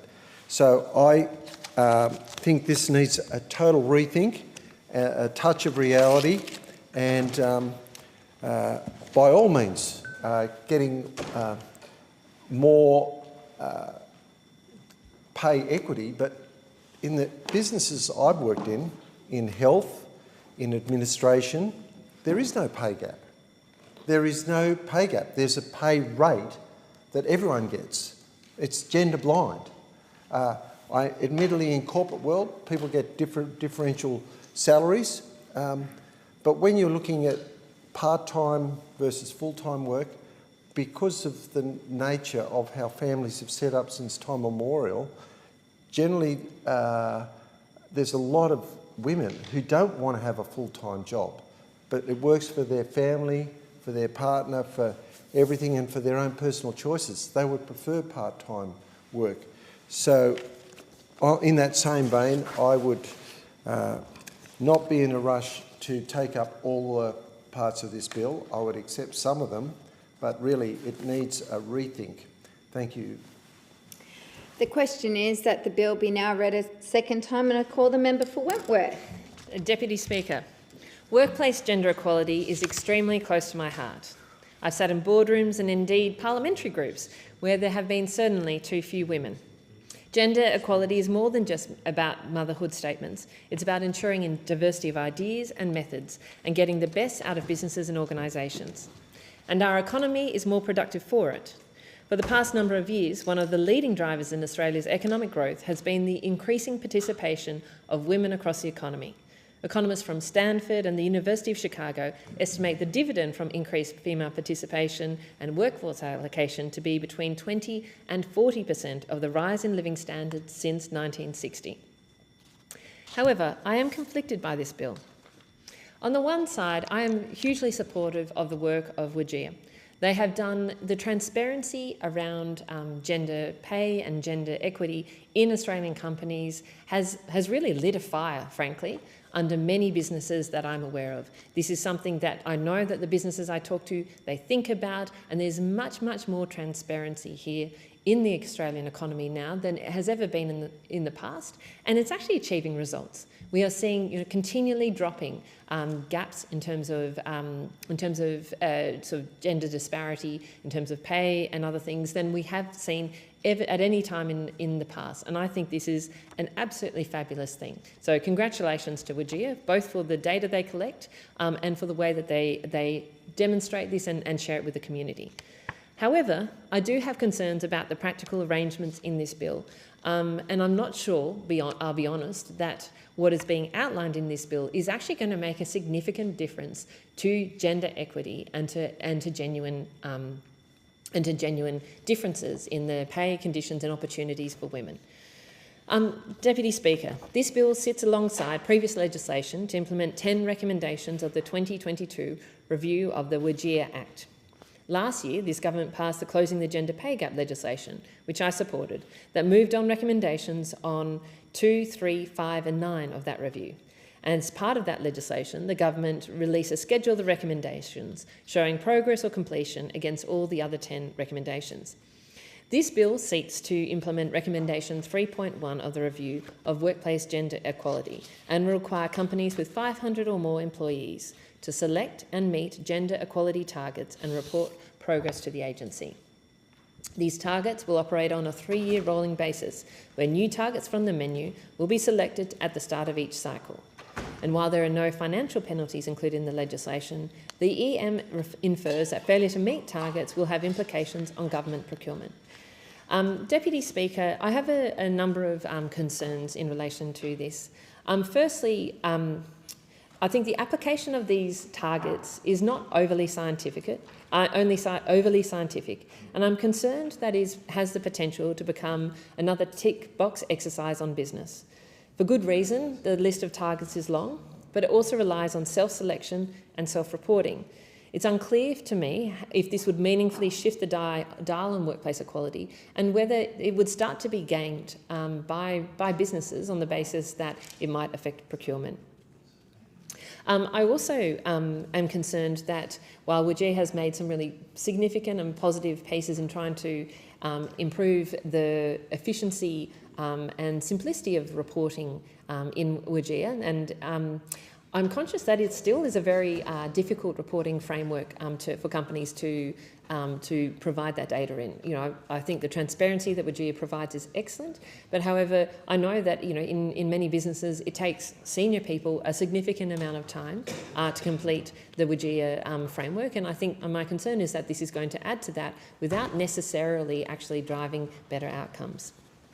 I'm also concerned that it's not clear to me, and certainly not clear in our conversations to date with WGEA, how this works in different businesses that might be skewed more towards women. There are industries out there where women are significant members, significant proportions of the workforce in certain workplaces. And my understanding, or my lack, I'm still trying to understand really from WGEA, is the purpose to have 50-50 in every single industry, in every single business? And what do you do with a business that has, say, for instance, 80% women? How is that treated? And we didn't, to be honest, when we had some of those conversations, we haven't had particularly clear outcomes and advice. So, I very much support, as I said, WGEA's work. And, I would certainly support that businesses voluntarily set these targets and publish them. But I do think actually this transparency and accountability that the current framework that WGEA provides is actually really the best way to get our companies, and particularly our big companies, to move further on gender equity. I think that is much more powerful than what is being proposed in this bill. I would also like to note one other additional question that's been raised with me by community members, since when in examining with WGEA, which is particularly around partnership organisations such as law firms and accountancies, where there are different types of partners who get remunerated in different ways. And certainly, I've had some questions raised from me by community that the sort of equity schemes around partnerships mean that some aspects of gender inequality, particularly if partners are salaried versus equity partners, isn't really coming out in these statistics, and this might be an area that we need to have slightly different reporting frameworks to do the right thing by. So those are, as I said, some I think opportunities, potentially for improvement that I think that we can make. I really do think, as I said at the start, WGEA does incredible work, and I think it is that transparency and shining a light on businesses, particularly in a tight labour market, particularly when people have real choices about where they want to work, that is going to is the best chance for us to drive gender equity. And I am concerned about some aspects of this bill which look really more about ticking boxes, which I think could be gamed and aren't actually particularly scientific or, in my mind, not necessarily going to drive the outcomes. Thank you. Question is that the bill be now read a second time, and I call the member for Warringah. Thank you, Madam Deputy Speaker. So I rise to support and to speak on this government's Workplace Gender Equality Amendment, Setting Gender Equality Targets Bill. Now, we all know you can't be what you can't see, and this bill creates a requirement to set gender targets and actually achieve them. I do welcome that. It's not just about setting targets, it's about setting a standard. We as a society, but in particular business, is moving too slow in relation to changing and increasing equality and diversity within their organisations. Women continue to be underrepresented in leadership positions, representing only 22% of CEOs. Women hold 20% of chair positions and 32% of board member positions. 1 in 4 organisations have no women board members. This is simply not good enough. We know that there is a relationship between women being in the senior levels and higher executive levels of company within the ranks, and results in higher company performance, productivity and profitability. It is a win-win. According to a 2020 report by McKinsey & Company, companies in the top quartile of gender diversity on executive teams were 25% more likely to achieve above-average profitability compared to those in the bottom quartile. Additionally, organisations with a strong commitment to diversity benefit from improved innovation, better decision-making and increased employee satisfaction and retention. So that's why I do welcome this bill and the government's action on progressing equity in Australian workplaces. It is by no means perfect, and there are questions in relation to how it will work and whether it will drive that meaningful change. What we know is the current system is not working adequately. Despite repeated good intentions and a lot of talk, we're not seeing the progress that needs to happen. And so I do welcome changing the dial, increasing the accountability of big business. The reform in this bill can help to achieve greater gender equality and help keep businesses accountable for improving gender equality in their workplaces. The amendment will require employers with over 500 employees to set, achieve and report on gender equality targets, including one employee on employee composition, equal remuneration and the availability of flexible employment options and support for parents and carers. I think this is all really important data. I think it's really important for people looking, when people are looking at places of employment, to understand the culture and the standards of a company. And so this will make it all the more transparent and hold those larger companies to account. Ensuring transparency is a key step in achieving better outcomes for women.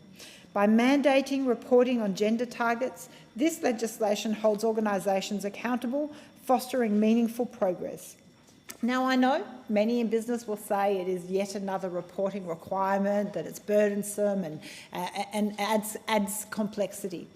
But with respect, leaving it to business to do in a voluntary way is not achieving the results that are necessary. And so you've had years to progress this, and too many have given it lip service for too long. And so that is why I support that these now be mandatory.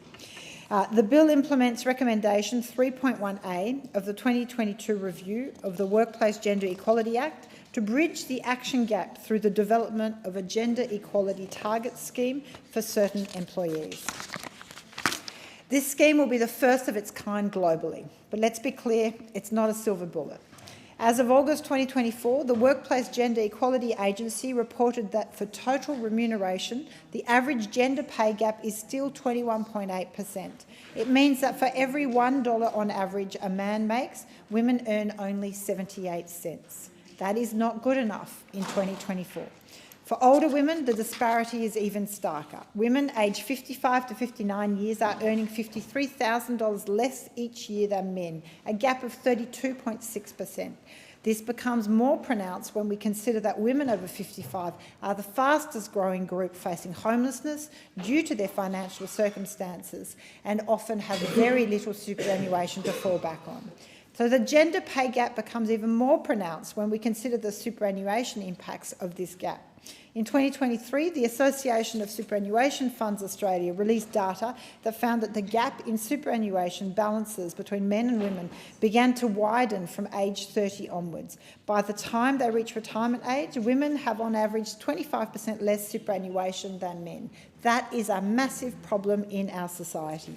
Gender equity isn't just about equal pay, it's about fairness in opportunity and support throughout everyone's careers, in particular women's careers. And what we're finding is far too often women now of a certain age have paid the price of being relied upon by society to be the carers, the childbearing and the child rearing, but also the carers of parents of generation and taking time out of that workforce and that career trajectory. So what we do need is more support to ensure that gender equality piece is there. Women need more pronounced workplace cultural change to embrace greater flexibility, work arrangements, as well as greater support for care and responsibilities. It is still something that as a society we rely on the incredible amount of caring that occurs that is not recognised or valued or remunerated in any way. When workplaces embrace this, we know it encourages a more equitable workforce participation and career progression, both of which can lead to reduced gender pay gaps and ultimately a better, fairer society. So that's why the outcomes of this bill will not just be about a matter of fairness, but about creating stronger, more productive workplaces and an overall stronger economy. The bill introduces essential targets, but targets alone can't deliver that transformation. Targets must be accompanied by genuine cultural change, accountability, mentoring and policies that support workplace. Targets must be accompanied by genuine cultural change, and so that absolutely needs to happen for this to be effective. Then those targets can be effective. Achieving workplace gender equality is not just about fairness, it's about unlocking the full potential of our workforce and building a stronger, more resilient society. So I do see this bill represents a chance to set a new benchmark where ambition is met with opportunity and contribution is recognised equally regardless of gender. The question is that this bill be now read a second time. I will now, given there is no further speakers, I will now put that question. All of that opinion say aye. All those against no. Division required. I believe the ayes have it. Division required. Okay, I just have to get a set of words to read. I was not expecting that.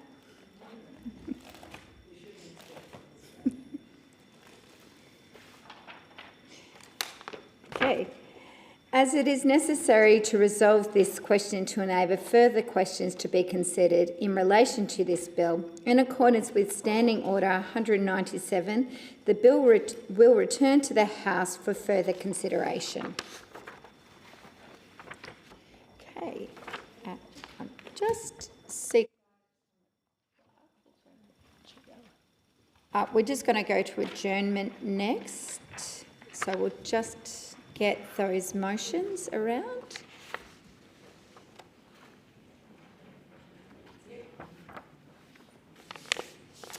I call the member for Lingiari. Deputy Speaker, I move that the Federation Chambers do now adjourn. Is that seconded? Do we need a seconder for that one? Yep. Second. Yep. And I call the member for Ryan. Thank you very much, Deputy Speaker. I was an architect for around 5 busy decades before coming to this place, and I'm not here to discuss that, but I do know a thing or two about housing. One thing I know is that there is no reason, not a single reason, that public housing has to be both so scarce and so poorly designed. Here's the truth. Public housing can be world-class and it can be abundant. In Vienna, for example, over 60% of residents live in some form of social housing. In Singapore, it's 80%. Much of this housing is of substantially better quality than many private rentals in Australia. Award-winning architects are designing sustainable, beautiful social housing all over Europe, and there are some great examples of it here. And it could and should happen more. Amongst many housing projects I've been involved in, including public housings, I'm particularly proud of having designed the first purpose-built refuge in Queensland for women and children escaping domestic violence. It was also based on the principles of environmental sustainability, the primacy of natural greenery, and modesty, beauty and dignity of life. At its centre is a beautiful, tranquil garden. We're in a housing crisis, but saying private development is the only solution is absolute nonsense. We can and should get the government back into the business of building homes, and we can get the best design minds in the country involved in making them places anyone would want to live in. Our communities deserve nothing less. They also deserve to access good public services close by, like Rhyme Time.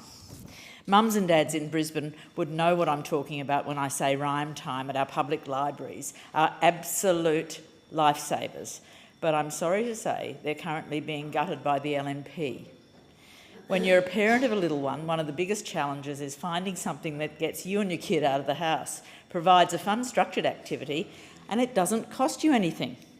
It's crazy how few options there are that fit this bill these days. That's why programs like Rhyme Time or First Five Forever at our libraries up in Brisbane are so fundamentally important. I have really fond memories of taking my grandkids to toddler time at Toowong Library. These programs are so popular that they're often fully booked out. Yet the LNP in Brisbane have decided to slash these programs by 25%. The community's fighting back though. The Greens have a petition of over 4,500 signatures, and we've helped organise the hugely successful giant Rhyme Time held yesterday in King George Square in Brisbane. Families had a ball while protesting these cuts.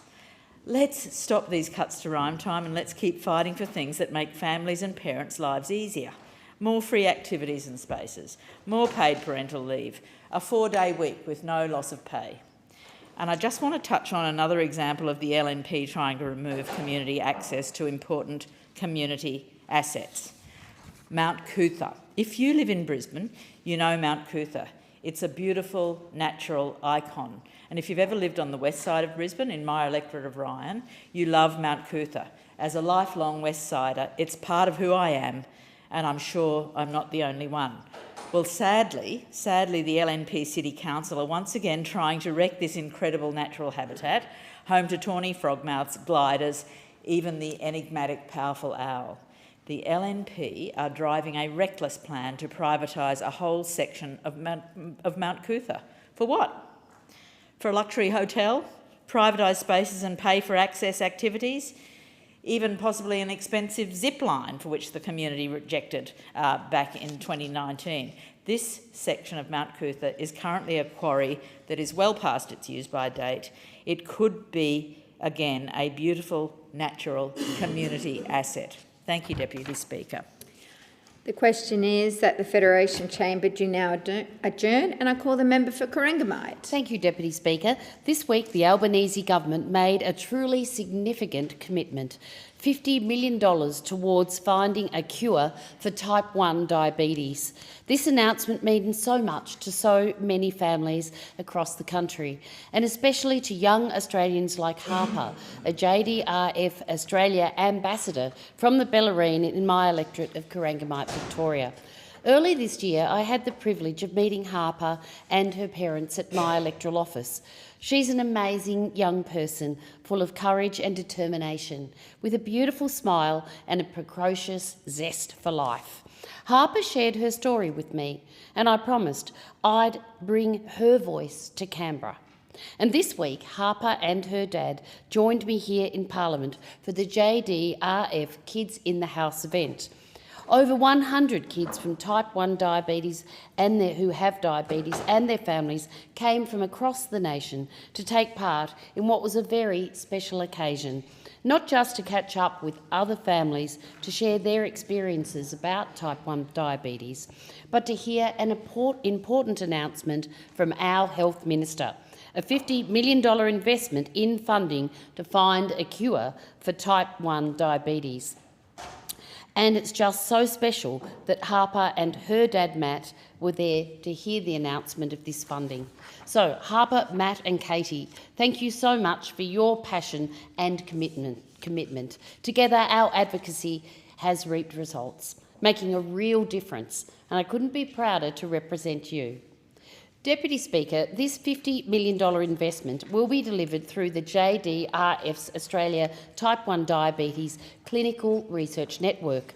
Over the past 15 years, this network has already achieved incredible things, funding 83 research projects, supporting over 450 researchers, doubling the number of clinical trials and studies in type 1 diabetes, and involving more than 10,000 Australians in vital research. And this funding will now enable this amazing work to continue and expand to support projects like a world-first study looking at how environmental factors might trigger type 1 diabetes, even as early as pregnancy, a prevention screening pilot program to test children for early signs of type 1 diabetes before symptoms develop and work on therapies to stop the disease in its tracks. Research into groundbreaking medical technologies, such as using tools like genomics and stem cells to develop personalised treatments, life-changing advances, similar to what we've seen in cancer care. Deputy Speaker, this funding boost by the Albanese government will change lives and build on Labor's proud legacy of supporting Australians with diabetes. From former Prime Minister Kevin Rudd's establishment of the insulin pump program in 2008 to the first funding for this very research network in 2010. Now, under the Albanese government, we're delivering life-changing access to continuous glucose monitoring devices and expanded the insulin pump program. There are also other groundbreaking initiatives focusing on the prevention and treatment before diagnosis. Deputy Speaker, we know that getting a type 1 diabetes diagnosis can be challenging. Some people face delays or difficulty in identifying the condition. And that's why it's critical to ensure our GPs and healthcare professionals are well equipped with the knowledge and tools to detect diabetes early, even before symptoms appear. Advances in the genetics of diabetes are also offering new hope. These breakthroughs are bringing us closer to a future where people with diabetes no longer need to rely on injections or devices to manage their condition. While these advancements are exciting, there's still a long way to go. In 2023, type 1 diabetes was responsible for around 19,000 years of healthy life lost. And in my electorate of Corangamite alone, we know that there are likely to be more than 150 people living with or as yet undiagnosed with type 1 diabetes. These statistics are truly devastating, Deputy Speaker. They emphasise why we must continue to push the boundaries, explore the frontiers of science and research, and work tirelessly to make sure we find a cure for this disease. Harper, to you and all Australians living with type 1 diabetes, this funding is for you. I give the call to the member for Casey. I've been working with the Mooroolbark Cricket Club, the Mooroolbark Football Club and the Mooroolbark Junior Football Club on a petition to upgrade the pavilion at Heights Reserve. Currently at Mooroolbark, the change rooms are inadequate for the club's growing men's and women's teams. The facilities are outdated, overcrowded and lack the social space for our local clubs and community to enjoy.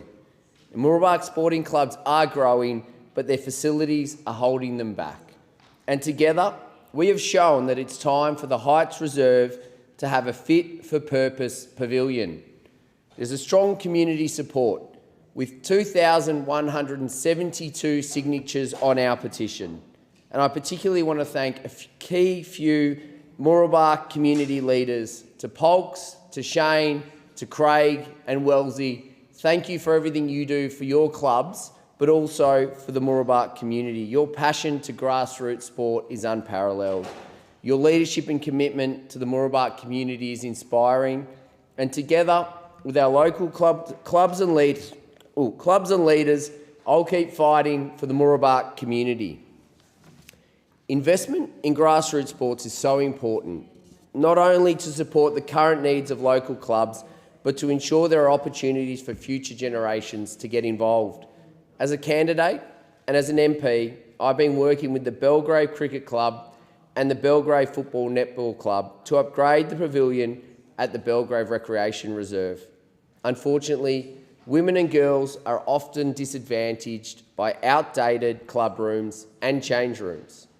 The pavilion was built in 1950 and doesn't have the facilities that allow our community to come together. Belgrave sports clubs are growing, but their facilities are holding them back. It's time to upgrade the Belgrave Pavilion to support thriving new women's sporting teams and to become a community hub for the Hills. And I'll fight for this upgrade, and I need your support to get this done. It's time to kickstart the projects that Lilydale needs, like an upgraded community hub at the Lilydale Recreation Reserve. Investment in local sport is so important for both current and future generations. Outdated pavilions and facilities often disadvantage women and girls. And I'm fighting for funding to kickstart an upgrade to the community hub at Lilydale Recreation Reserve. And while the important groundwork is being laid for this project, we need temporary toilet and change room facilities so that all players have the facilities that they need and deserve. Lilydale sporting clubs are growing, particularly women's and girls' participation, but their outdated facilities are holding them back. I'll keep fighting for Lilydale and the Lilydale sporting community, but I need your support to get this done.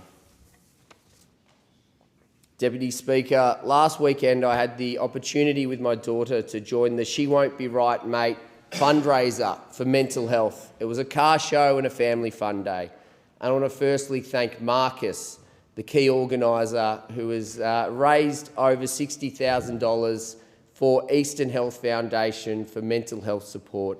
And on the weekend, we were able to raise another $23,000 towards that support. I want to thank all those volunteers, all the community groups that came together to make sure that that event was such a success. Marcus showed true courage by sharing his story of his challenges in the past. But as I said to Marcus and to the crowd on that day, when you go through tough times in your life, you have a choice.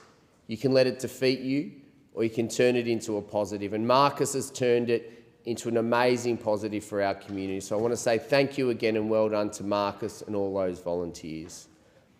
And it was a big weekend in Casey. We had the Kilsyth. Order. A division has been called for the House. The proceedings are suspended to enable honourable members to attend the division. The proceedings will resume when the Chair of the Federation Chamber is resumed at the conclusion of the division or subsequent divisions.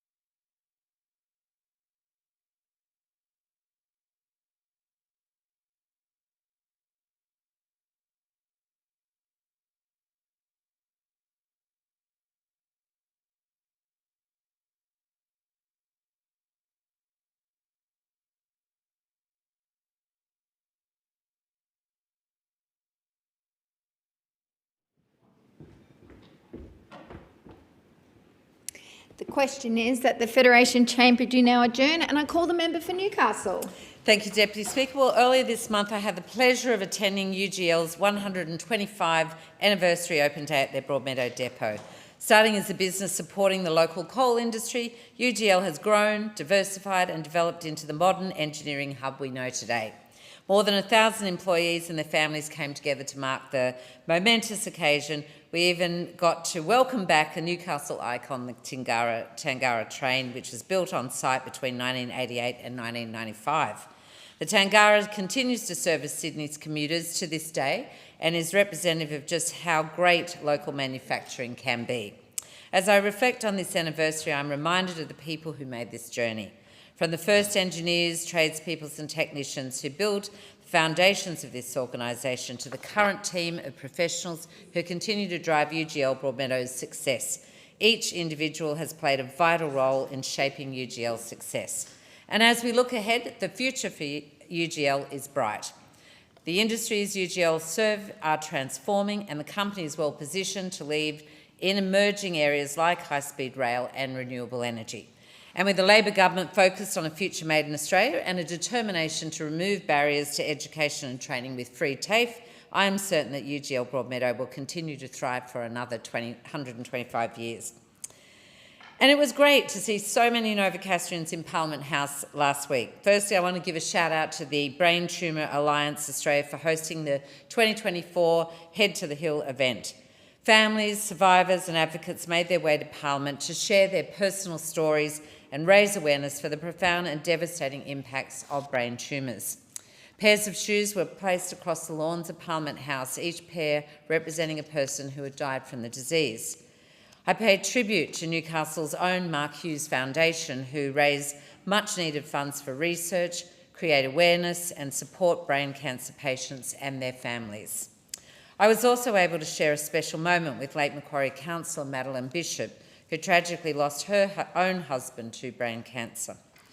The following day, I caught up with the fabulous Claudia Tolhurst, the CEO of the Hunter Melanoma Foundation, who was in Parliament House to raise awareness about the prevention and early detection of skin cancers. The Hunter region has the highest incident of melanoma per capita in the world. 1 in 25 males and 1 in 30 females in our region will suffer from this disease. Tragically, one person dies every 5 hours. And as we head into the busy summer period, it's a timely reminder to apply sunscreen, wear protective clothing, seek shade where possible, and conduct skin checks often. It is our collective responsibility to bring down these staggering statistics. Hunter Melanoma will be doing their free spot checks at Bar Beach again this summer, so make sure you jump online and book your check-in. It could save your life. Thank you to both these important causes that brought their challenges to camera. And I just want to give another little shout out to Teresa Bro and her very brave daughter Gabrielle, who were part of the Juvenile Diabetes Research Foundation, paying a visit to Parliament House this week. Thank you for sharing your personal stories of type 1 diabetes and your advocacy for increased investment. So I was very delighted that the Albanese Labor government will be supporting this next phase of searching for a cure of type 1 diabetes through a $50 million investment in a research project to be delivered through the RJDF program. And Deputy Speaker, I am delighted to provide an update to the House on the progress of the Hexham Strait widening project. The 6-kilometre stretch between Sandgate and Hexham is a notorious choke point for traffic, and anyone who drives on this road daily will tell you just what a nightmare it can be. But thanks to the Albanese Labor government and our investment of $1.8 billion, the Hexham Strait will be upgraded from 2 lanes in each direction to 3 lanes in each direction, and we get a new bridge. So we'll have twin bridges going in operation. Last week we passed a major milestone with the new southbound bridge over Ironbark Creek now completed and open to traffic. And it was only in August that we saw the first girder being lifted into place, a crucial part of that project puzzle. And these upgrades will benefit more than 50,000 motorists who travel between Newcastle and Maitland every single day, easing congestion, cutting down on travel times and, importantly, improving road safety. Work on building a new second northbound bridge will start next month, and I look forward to updating the community on the progress of these projects. Call the member for Eden Monero. Thank you, Deputy Speaker, and I want to congratulate John Reinberger, who has just been made a life member of the Merimbula Tennis Club. John, who has represented Australia on the world tennis stage, played at Bega for 40 years and has spent the last 15 years with the Merimbula Tennis Club. The club's committee has made John a life member in recognition of the work he does for the club, but for the larger tennis community across the far south coast. Merimbula Tennis Club President Stephen Crammon said John helped selflessly in many different areas of the club. He described John as the heart and soul of the club and says he sets very high standards for himself. The award was given for John's outstanding contribution, dedication and excellent service at Merimbula Tennis Club. He's a regular tennis player at Merimbula, but also competes as part of the Merimbula men's team at Victoria Country Week annual grass tournaments. He's well known to tennis players across New South Wales, Victoria and the ACT through his organisation of the Merimbula Seniors Tennis Tournament, in which he also plays. He helps to maintain the courts, he works on the gardens and the surrounding areas of the club. He's also just been re-elected Treasurer of the club. At 79, John is looking forward to competing in the 80-plus category next year. A huge congratulations to John and his family, along with the Merimbula Tennis Club, on this momentous occasion. We're heading into the holiday season, and I really want to encourage all of our locals across Eden Monero to shop locally where you can. There are some amazing retailers right across Eden Monero, and we should support and celebrate them during the Christmas period. I'm guilty of perhaps spending a bit too much time perusing Bird's Nest website from Cooma, but if you're looking for something fancy to wear to Christmas lunch, drop into Debbie Marie's Fashions, or if you're wanting to buy a bouquet for a special someone, Queen City Florist will have gorgeous arrangements for you. Down on the coast, Georgie's Fine Jewellery has immaculate collections of rings, earrings, charms, necklaces and much more. If you find yourself on the coast and need to get dressed up, drop into Swannies there in Merimbula. In Goulburn, Country Outfitters stocks the latest trends, and Evolution Trophies has all your sporting needs so that you can support your team.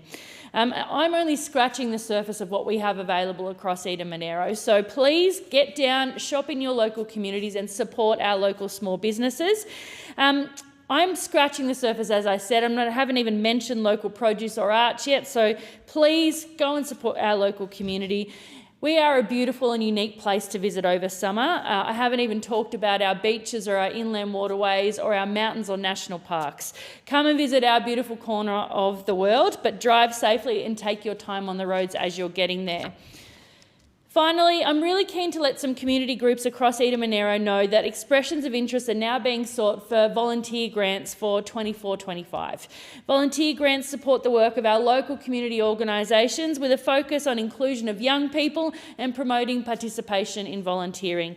Volunteer grants have slightly changed this year, focusing on two particular streams. Category 1 is for volunteer organisations that need help with things like iPads, laptops, radios, phones,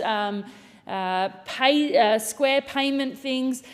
We know our volunteer groups do such an amazing job, so if you need help with any of those, Category 1's for you. Category 2 is specifically for organisations that work with young people under 18. They can use grant money and a whole range of things if they're supporting young people in their volunteer organisation. A community panel, including me as the MP, will be looking at the applications to make sure everything is transparent, and we'll sign a declaration at the end to say it is transparent. This is a hugely popular program across Eden Monero, and I know lots of community groups will be keen to apply. Expressions of interest are currently being sought, and I encourage all of our cherished volunteers right across Eden Monero to put in one for your local organisation, and I look forward to working with you. The question is that the motion be agreed to. All that opinion say aye, the contrary no. I think the ayes have it. The Federation Chamber stands adjourned until 4 p.m. on Tuesday, the 4th of February 2025.